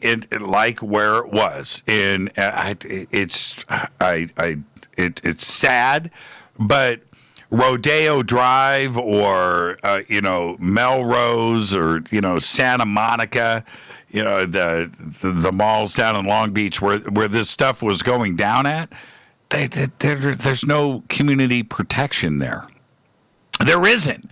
That's not, but there are other parts of LA. I'm just telling you, there's going to be zero looting. Hey, you're not going to want to go around causing trouble in certain communities here in LA. You're going to be met with the community, and it's not going to be pleasant. So I'm happy. I'll say it right now. Yeah. I'm glad that you guys did what you needed to do, and that's it. That's it, man. What are the answers, though? What are the answers moving forward? No, I just hope no one pushes it in any of those towns, because, what a terrible news story that would be, and how it could be spinned if someone ended up firing a shot or something like that. But I'm not referring to that. I'm not referring to that. What I'm saying is, as a nation, what do we do? What are the solutions with the police? Man, I don't know. Well, I think, maybe I'll start offering free meditation courses to police. I don't know. What else do you do? That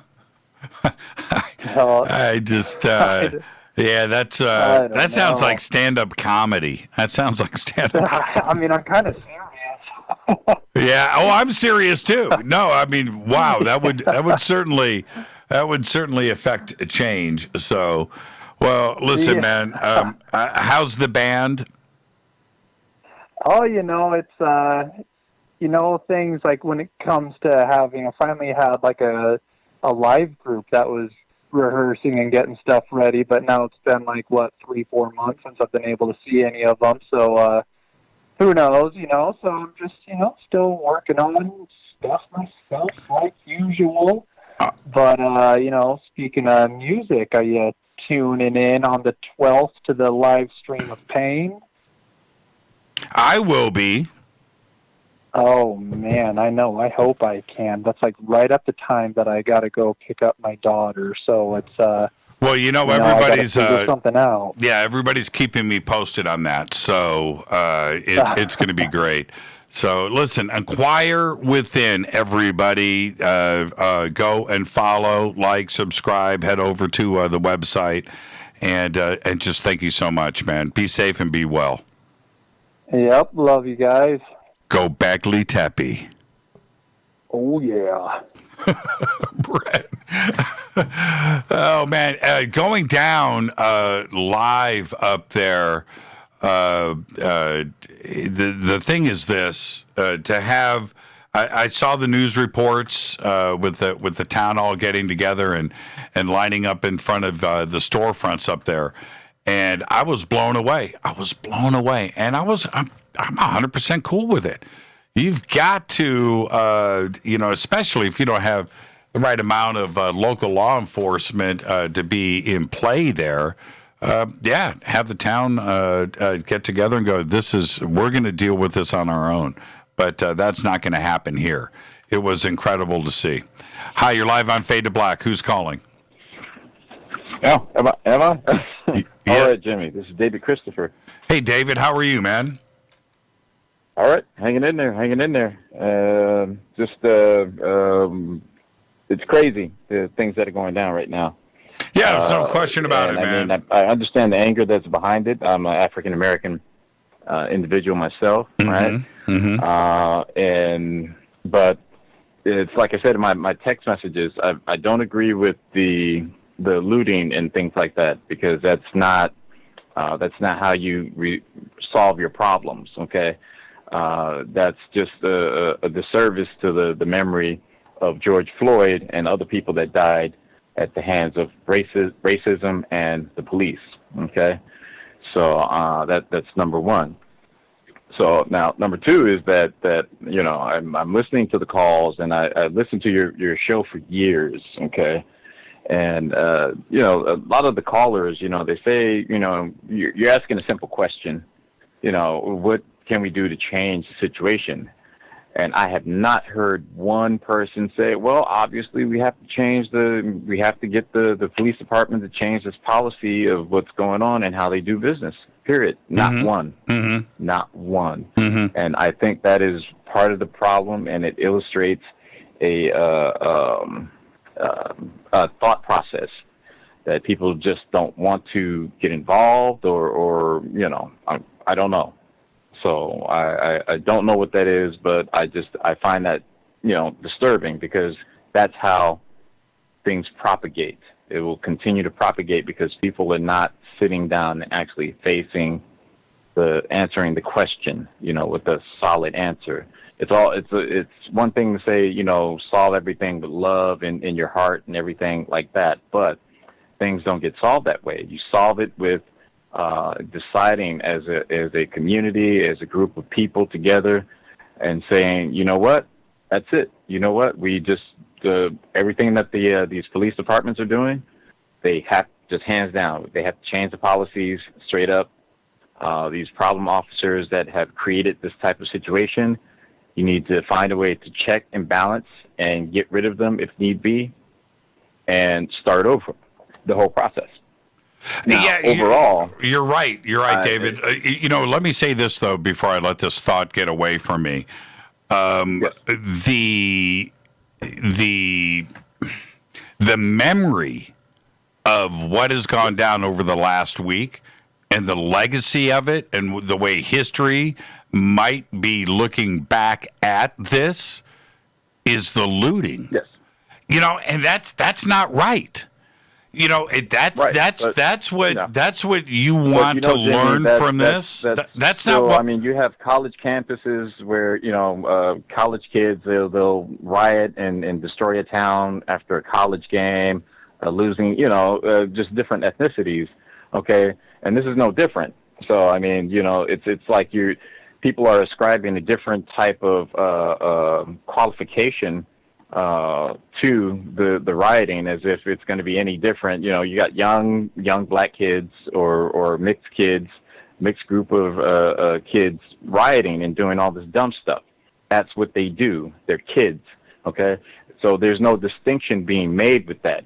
It's just being labeled as hands down across the board. These are all looters. They're down with the Black Lives Matter cause. That's right. And that's the thing I'm trying to. Isn't it crazy? It's mind blowing to me today. Yes, to differentiate. I'm not going to name names here. Okay, I'm not going to do that. But today, I'm going round and round with somebody that I respect a lot, that wants to make this about looting, and I'm just like, wait a minute here. What does looting have to do with any of this? The conversation we need to be having right now is what went down in front of the White House with peaceful demonstrators.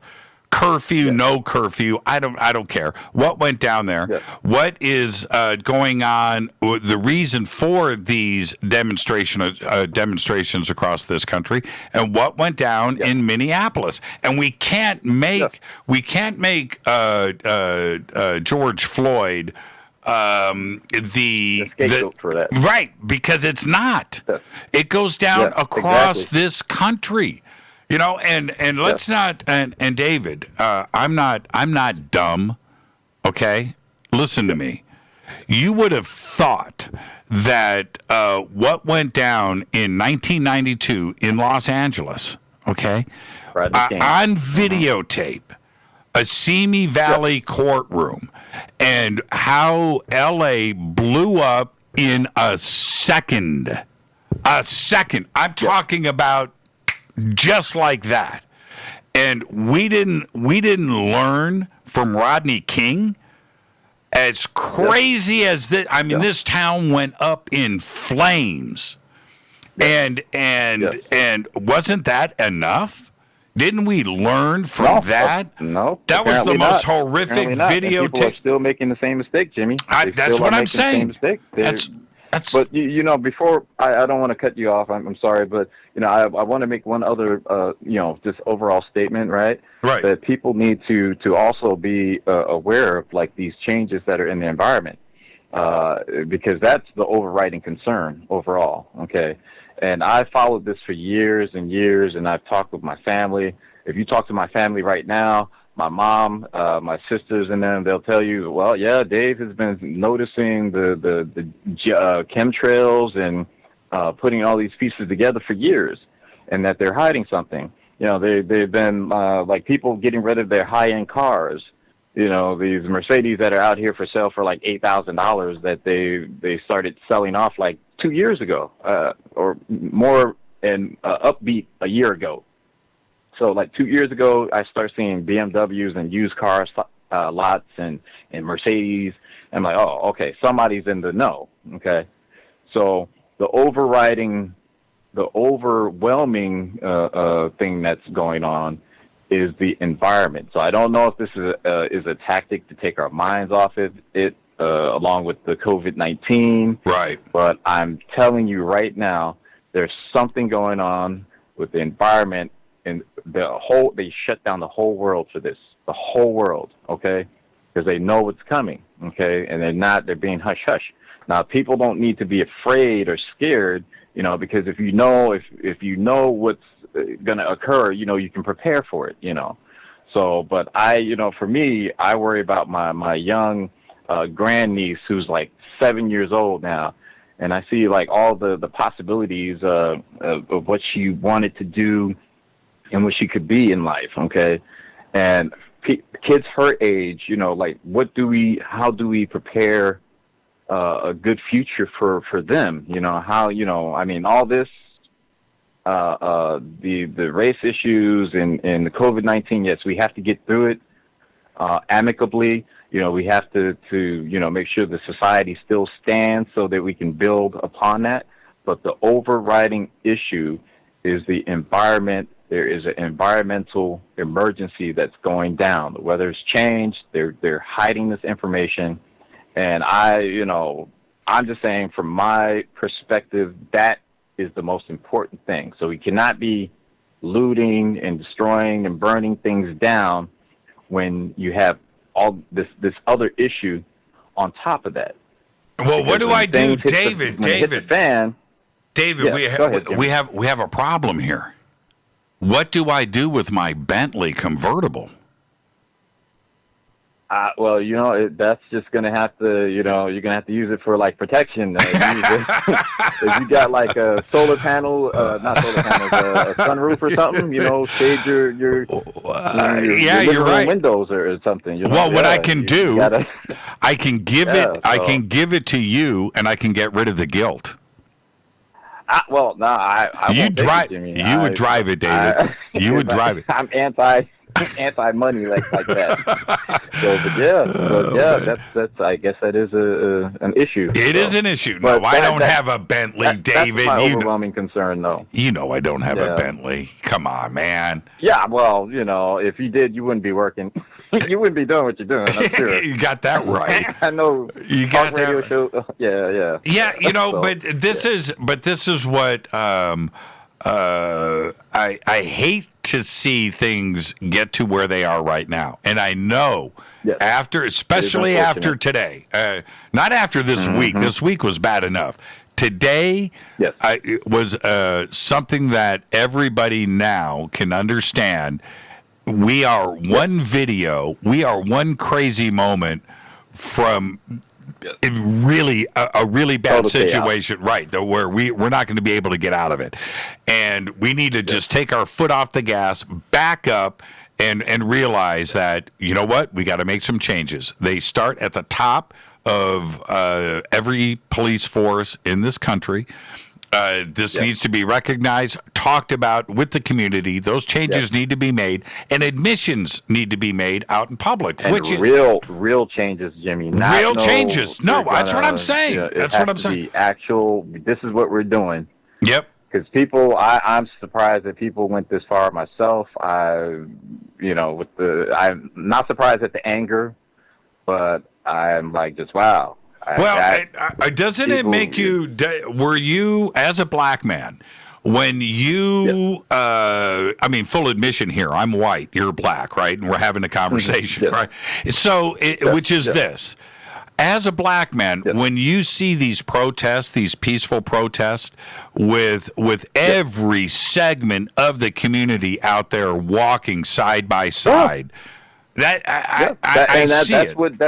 another reason why I've not been like just, man, it's all racist, because I see white people out there protesting. I see Hispanics the same way. People in London, people in New Zealand. Like I don't know how many thousands of people they have on Twitter. They show like in solidarity, just marching, and I'm like, this is intense. This is like the world has awakened. All right, people are awake, and they're tired of this racist system that has been in place, and the people that are trying to hold on to that little bit of power that they perceive that they think they have, and letting them know that it cannot be tolerated any longer, because this world is made up of one humanity, one race of people, period. Okay. And I'll tell you now, if police can do that to a black person, okay, if you want to separate yourself in that manner, thought-wise, okay, if they can do that to him, guess what? They can do the same thing to any other ethnicity, even white people, okay, and turn it into a police state, okay? Turn it into like Romania back during the pre-90s, during the Soviet era, So I'm just saying. You're right about that. Kind of thing can happen. This is what needs to be addressed, and it needs to be stopped now. And I don't know. You're spot on the money, though. I don't agree with the looting. No, I don't. That's not responsible. It's like the two callers ahead of me was saying in Atlanta. These are young people who are at home, have no direction now, whatever. And just it's something for them to do, okay? And that's only 1%. So the people that are, having, making their decisions based on this, I heard a couple of callers say, I don't understand why they're doing this. The loot, like it's black people or the looters are the ones that are creating this problem now, and they're not listening to the issue, the issue at hand. Why are they looting in the first place? Okay, all right. So you have to address that. All right, we understand we have peaceful protesting, and then you have the looters. They're 1%. It's like with Islam, you know, when you have the jihadists, the 1% of Muslims that wanted to create a jihad against the United States. That's a minimum, a very small minority, 0.00001% of Muslims that was doing that. Okay, it's not all Muslims. So nobody declared a war on the entire, well, at least not that we know of, on the whole Islamic world. Okay. Nobody came out and said that. You know what I mean? So it's the same principle. So you can't say because of that 1% of looters doing the stealing and things like that, that takes away from the whole Black Lives Matter or the whole police brutality issue. Yeah, you're right. And David, if you have to think like that, there's something wrong. David, I'm up against a break, but can I say thank you for this phone call? Thank you. Oh yeah, no problem, Jimmy, and thank you for taking my call again. Thank you, David. You're the best, man. Go Beckley Tepe. Go Beckley Tepe. That's what I'm talking about. David Christopher, that is a great phone call right there. Thank you so much. Let's take a break right here. Tonight, a very special event with all of you, our audience. This is it. It's your phone calls tonight. I can't put things into words. I can't. It's just been a crazy week. It's been an absolutely insane day. We got to get our feet back on the ground. I want to hear from all of you. 747-228-2051. More of your phone calls are next. This is Fade to Black. Stay with us.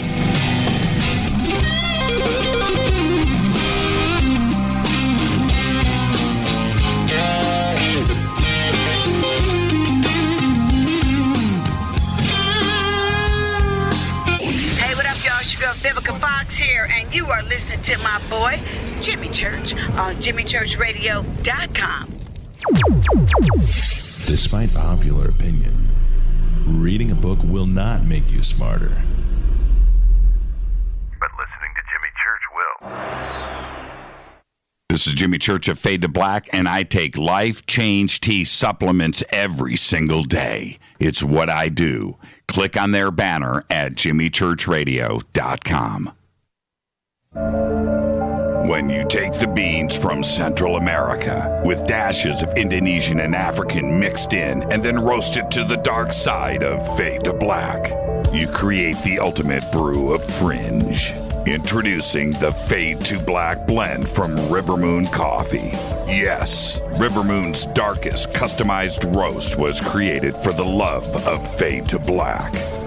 The alchemy of masterful roasting and smoking the beans is in every sip of this full-bodied, dark Java. I need my coffee dark, deep, with distinct bittersweet chocolate highlights, just like the bunker.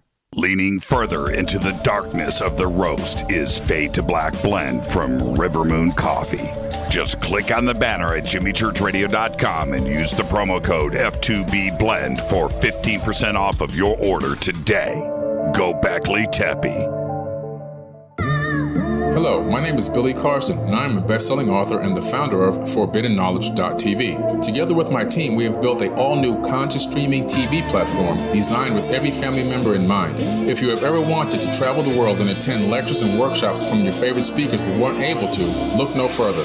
ForbiddenKnowledge.tv. There are dozens of workshops and lectures from speakers you know and love. We have also included amazing categories to assure that your consciousness is entertained and elevating on a daily basis. Amazing interviews, ancient history, ascension knowledge, wisdom teachings, documentaries, conspiracies, mysteries, health and fitness, conscious cooking, meditations, finance, yoga, and so much more. To start your free trial on any mobile device or computer, surf to ForbiddenKnowledge.tv. That's Forbidden Knowledge with the number 4, ForbiddenKnowledge.tv. Again, visit ForbiddenKnowledge.tv today.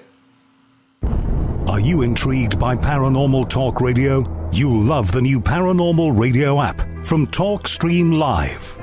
You'll find a great selection of talk shows covering UFOs, ghosts, strange phenomena, and much more. Download the Paranormal Radio app now and start listening to the very best in paranormal talk entertainment, including the network you're listening to right now. The Paranormal Radio app, free in Google Play and the iOS App Store. Erica, Brittany, Gabby, and you're listening to JimmyChurchRadio.com. It's not a lifestyle we chose. We were born this way. KGRARadio.com.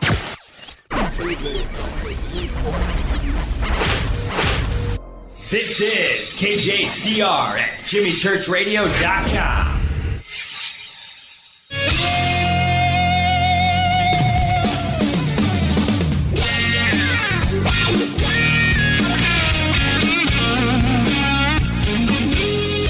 Welcome back. Fade to Black. I'm your host, Jimmy Church. Very special night tonight. We started off from the gates. All phone calls all night long. I have no idea how many calls we've taken. This is all about you. And I wanted to say this to everybody also, that one of the things, we all need to calm down. And I know what calms me down, where I can just center myself, zen out, and just focus and spread it out to the world. Guitar shopping. That's what does it for me. That's what does it for me, calms me down. And so I'm just letting Rita know that the boxes are going to start arriving from Amazon this week. But I'll be a much calmer person, and it's going to be great. And I can play them all. I can play. They're all and the right colors, the right shapes, and I'm speaking in plural. There you go. Let's go back to the phones. Hi, you're live on Fade to Black. Who's calling? And the right colors. Okay, that's it. You got to turn me down. 3, 2, 1. You're live.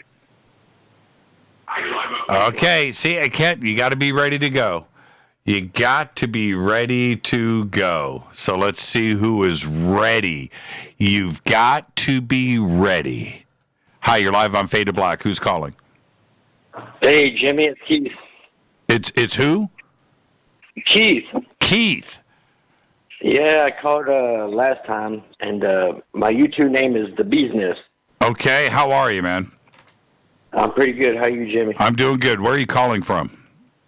Brownsville, Texas. Brownsville, Texas. How you guys doing out there? It's pretty calm over here. It's calm? You guys are calm? Oh, yeah. Well, don't mess with Texas, right? Nobody messes with Texas. So there you go. What are the answers? What are the answers, Keith? How do we move forward? Everybody just needs to chill out. Well, how do you chill? Obviously everybody needs to chill out, Keith, but we need solutions.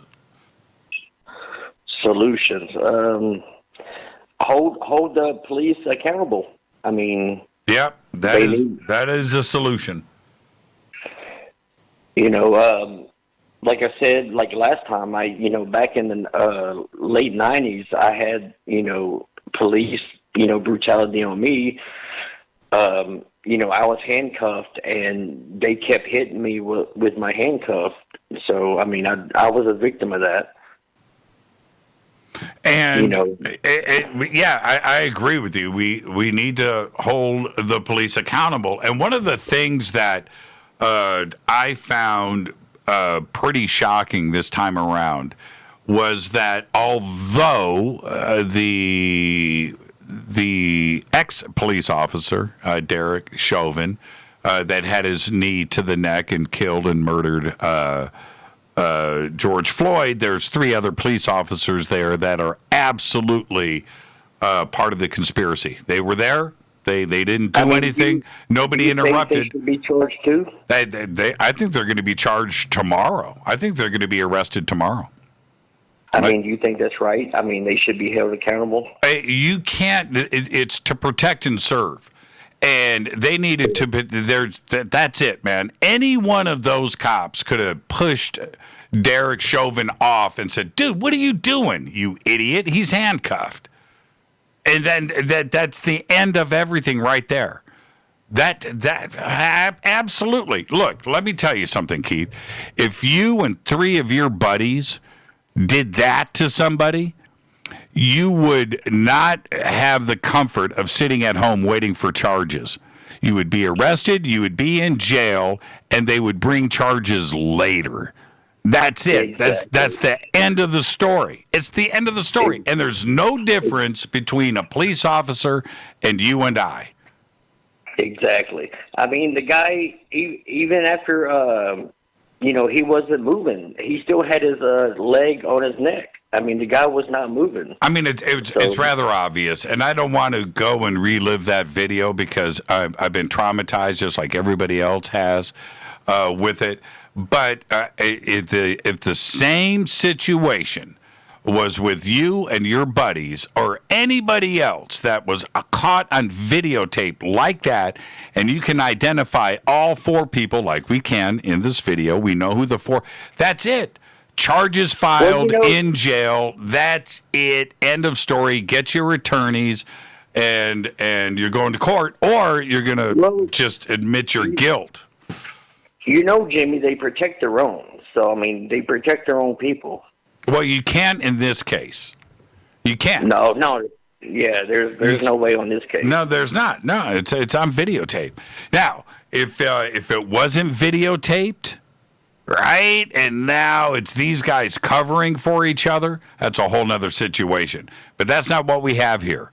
And that's why the country is rising up and speaking about this. It's because it's on videotape. Everybody has seen it.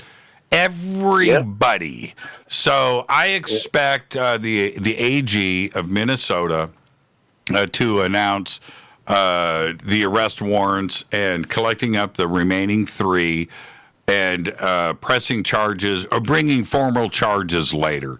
That's the only thing that this country wants to see happen right now. And having it delayed and delayed and delayed is not going to calm anything down. It's not. It's not going to fix anything. So that's it. I'm just telling you that the AG of Minnesota knows what time it is, knows what has to be done. Keith, I want you to enjoy the rest of your night. I want you to be safe there in Brownsville. Real quick, Jimmy. I was in the military, and I got a UFO story, and I was going to call in like on a fader night, like Thursdays or something. Yeah, call me on. Call me on Thursday. All right. Thank you. Thank you, Keith. Be safe out there. Nobody messes with Texas. I'm being serious too. I'm being serious. Let's. I'm going to try to get all these calls in before the end of the night. Hi, you're live on Fade to Black. Who's calling? Micheline Corvo. I'm from Connecticut. What's your name? And I'm Micheline Corvo. Okay, Micheline, how are you? I'm doing good. Yourself? I've been listening to all the stuff that's been going on. I'm from Connecticut. I'm in Dallas, Texas right now. Okay. And all the stuff that's going on, I don't understand. Cops are cops, okay? Everybody's putting cops down, that's not right, okay? And everybody's prejudiced right now. I don't understand that. God made everybody, okay? We're all the same people. All of a sudden, all these colored people or whatever, everybody's against each other. I don't understand that. It was simmering for a while now, and there's no question that the combination of a lot of things right now, all at the same time, staying at home, losing jobs, unemployment, coronavirus, kids at home from school, businesses closed, bankruptcies, rent, mortgages, everything that we are dealing with, that was too much. It was too much. And then we have this. So it was the perfect storm. But if this is what, if this is the catalyst for change, I was saying that about coronavirus. If this is the catalyst for change, right? We're at a paradigm shift, and saying that with everybody that is, losing jobs or people that have died and things. It's a harsh thing to say, but maybe it's the waking up of the world that we needed, right? Well, and then this. So hopefully, changes are going to happen, and they have to happen. They have to happen because I don't think this is just going to go away on its own. Oh no, it's not. It's not. You know what? Let me tell you something. God, I love my Jesus Christ superstar. I really do. I believe in church. I believe in the Lord. He brought us into this world, and He's going to take us out. End of story. Whatever's happening right now will pass. I understand that. I've been through a lot of stuff in my whole life. I've seen a lot of stuff. Cancer, people like that dying in front of my face. But you know what? The thing that bothers me the most is what do you call it? People are against each other. All these black people, white people, Yeah, that's right. Micheline, I want you to have a good night. And thank you for taking the time to call in, and I'm just glad that you're safe. Yeah, I'm safe. I'm very safe. Thank you. Have a great night and go Beckley Teppy. Thank you so much. That's a great phone call right there. And she's right, too, as well. So many out there that, the older generations, and they've been through a lot. They've been through a lot, and you think about, the trauma of everything from World War II and going through the Korean War, the Vietnam War, racism, the movements that happened, going back to 1968. Think about, how crazy that was. And just going through stuff. Different riots in different cities here in L.A. We know that we've been through things, but here we are today. Who would have thought that we would be dealing with something like coronavirus for months on a global scale, and now the events of today. The National Guard at the White House, tear gas, rubber bullets, man. What? Crazy. Hi, you're live on Fade to Black. Who's calling?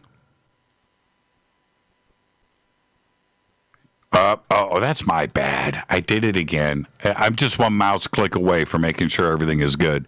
Hi, you're live on Fade to Black. Who's calling? It's Lionel from the Caribbean. Hey, how are you?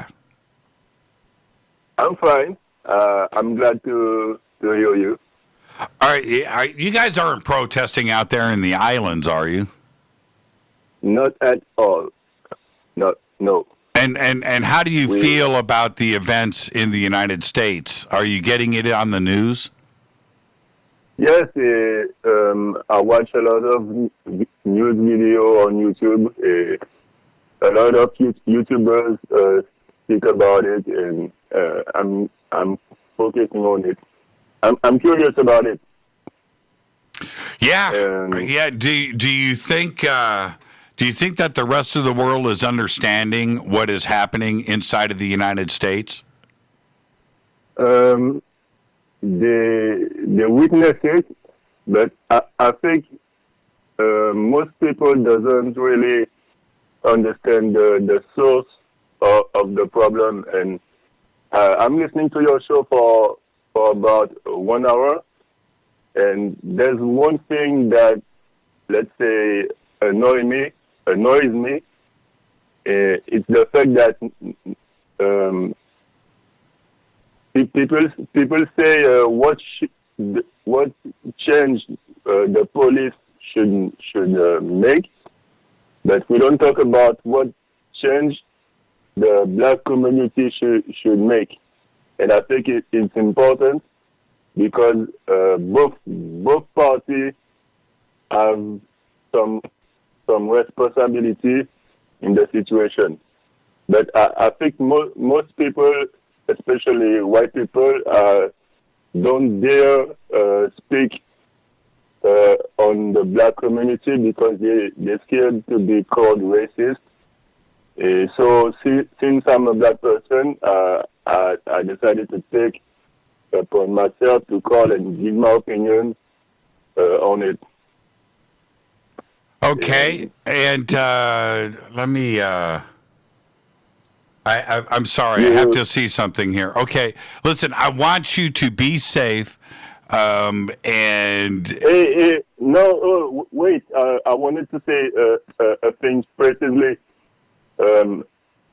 You asked what is the solution. Yeah, what's the solution? I think, yes, and maybe my opinion will be unpopular, but I think black people should commit less crime and stop resisting arrest. Because if you look at the stats, the black community could commit a lot of more crime than even white people. It's disproportional.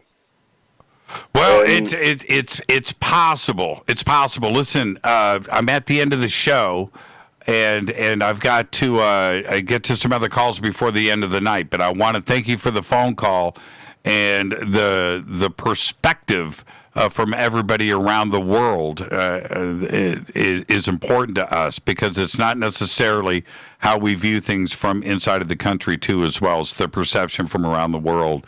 So thank you for that, and calling in from the Caribbean is absolutely insane to me. I think that is totally awesome. And with that, let me see here. I'm trying to get to, let's see here. I think I have it. Let's see.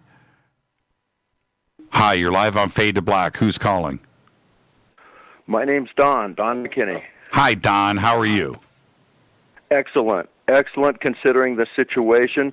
I wanted to make a statement that these protesters, these demonstrators, the bulk of them are well-meaning. They are demanding their rights that have been taken from them, their dignity. They're economically oppressed, and they're trying to be out in the streets as patriots to demand their rights back. We have mass surveillance. 9/11 was an inside job. Architects and engineers for 9/11 Truth will tell you that and prove it with the University of Alaska engineering report that they spent $354 your call, Don, your call is dropping in and dropping out. Call back, and I will. I'll put you at the front of the line. Okay, and sorry about that, but it was skipping in and out. Hi, you're live on Fade to Black. Who's calling? Hi, Jimmy. Yes. This is Elizabeth Coles. How are you tonight? This is who? Elizabeth Coles, a.k.a. Trippy Hippie. Hi, Trippy Hippie. How are you? Great. Hey, I'm up in the high desert, and I thought we were going to be immune, but there was a few things popping off up here this afternoon. I think they've got it controlled with the 6 p.m. curfew, so cross your fingers with that. But I just want to make a quick statement. I'm asking for everyone to pray for rain. Big, humongous thunderstorms, because it's very difficult to loot and create fires in the rain. So let's put our collective consciousness together. Gotcha. Let's pray for rain, and everybody can take a time out and watch the storm. There you go. That's best call of the night right there. Pray for rain. And, one of the things, before I let you go, when it comes to the technology of ET, right? And the thought of there being extraterrestrial life on, say, Europa or Titan, right? Which is covered with ice, and then underneath that, water. And this is what is interesting. they can't have technology without lighting fires. So therefore, it's just fish. And with that, go Beckley Tepe. I'll talk to you. It's a great folk. Let's pray for fire or pray for rain. Everybody pray for rain. I think that is one of the most intelligent calls that we've had in a while. And so let's see, who's been on hold the longest? It is this caller right here. Man, 23 minutes. 23 minutes on hold, but I got to you. Who's calling? Hey, how are you? Can you hear me? Yeah, I got you. Who's calling? Hey, man, it's Tori Hanzo. It's who? Wow. Did he say Alejandro? I didn't get it. Okay. Oh, man. I just lost my call list, and we're at the end of the night. I want to bring in... Oh, okay. All right. I think I got it right here. Okay. One more caller.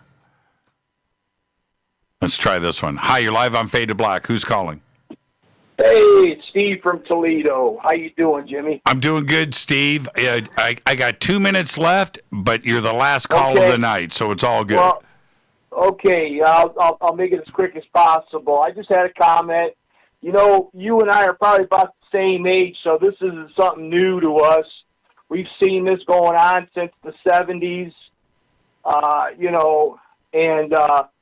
so, the bottom line is, we see these things happening in the city malls when they should be happening down in the city halls. They're not happening down there at the police stations or the mayor's office or down at the state capitol. They're happening in the middle of the street, blocking traffic of people that really are trying to get to work, have nothing other, they understand the situation, I'm sure, like the truck driver in that city on the highway there, that they arrested. Now, this guy was carrying tanker fuel, and the one side, the one side was full of people, and then there were people flooding over, and he tried to get through, and they arrested this man for trying to do his job. He didn't hurt anybody, no one got hit, but imagine if, he's a fuel tanker, imagine if those people would have drug him out like they did during the 92 riots to the one gentleman, and then started opening up and valves and everything, and somebody lights a match, and then what happens?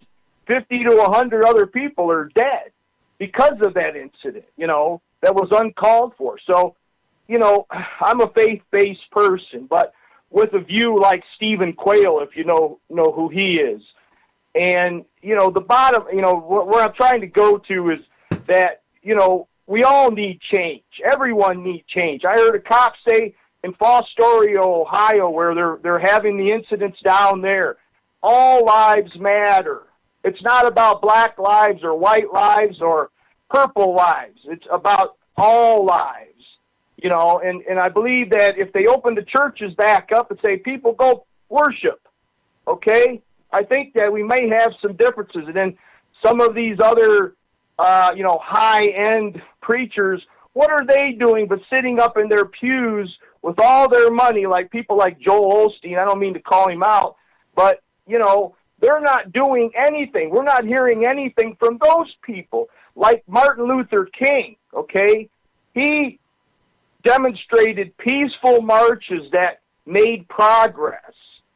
And we're seeing the exact opposite in this country today by these televangelists and all that, they're just not getting the picture, why aren't they saying something about all of this? And that's pretty much what I say. In Toledo, Ohio, we're seeing incidents, finally. I mean, we never hardly see anything happen when there's something of this nature, but it's hitting us down in the downtown areas. Well, so, Steve, words of wisdom. I want to thank you for the phone call.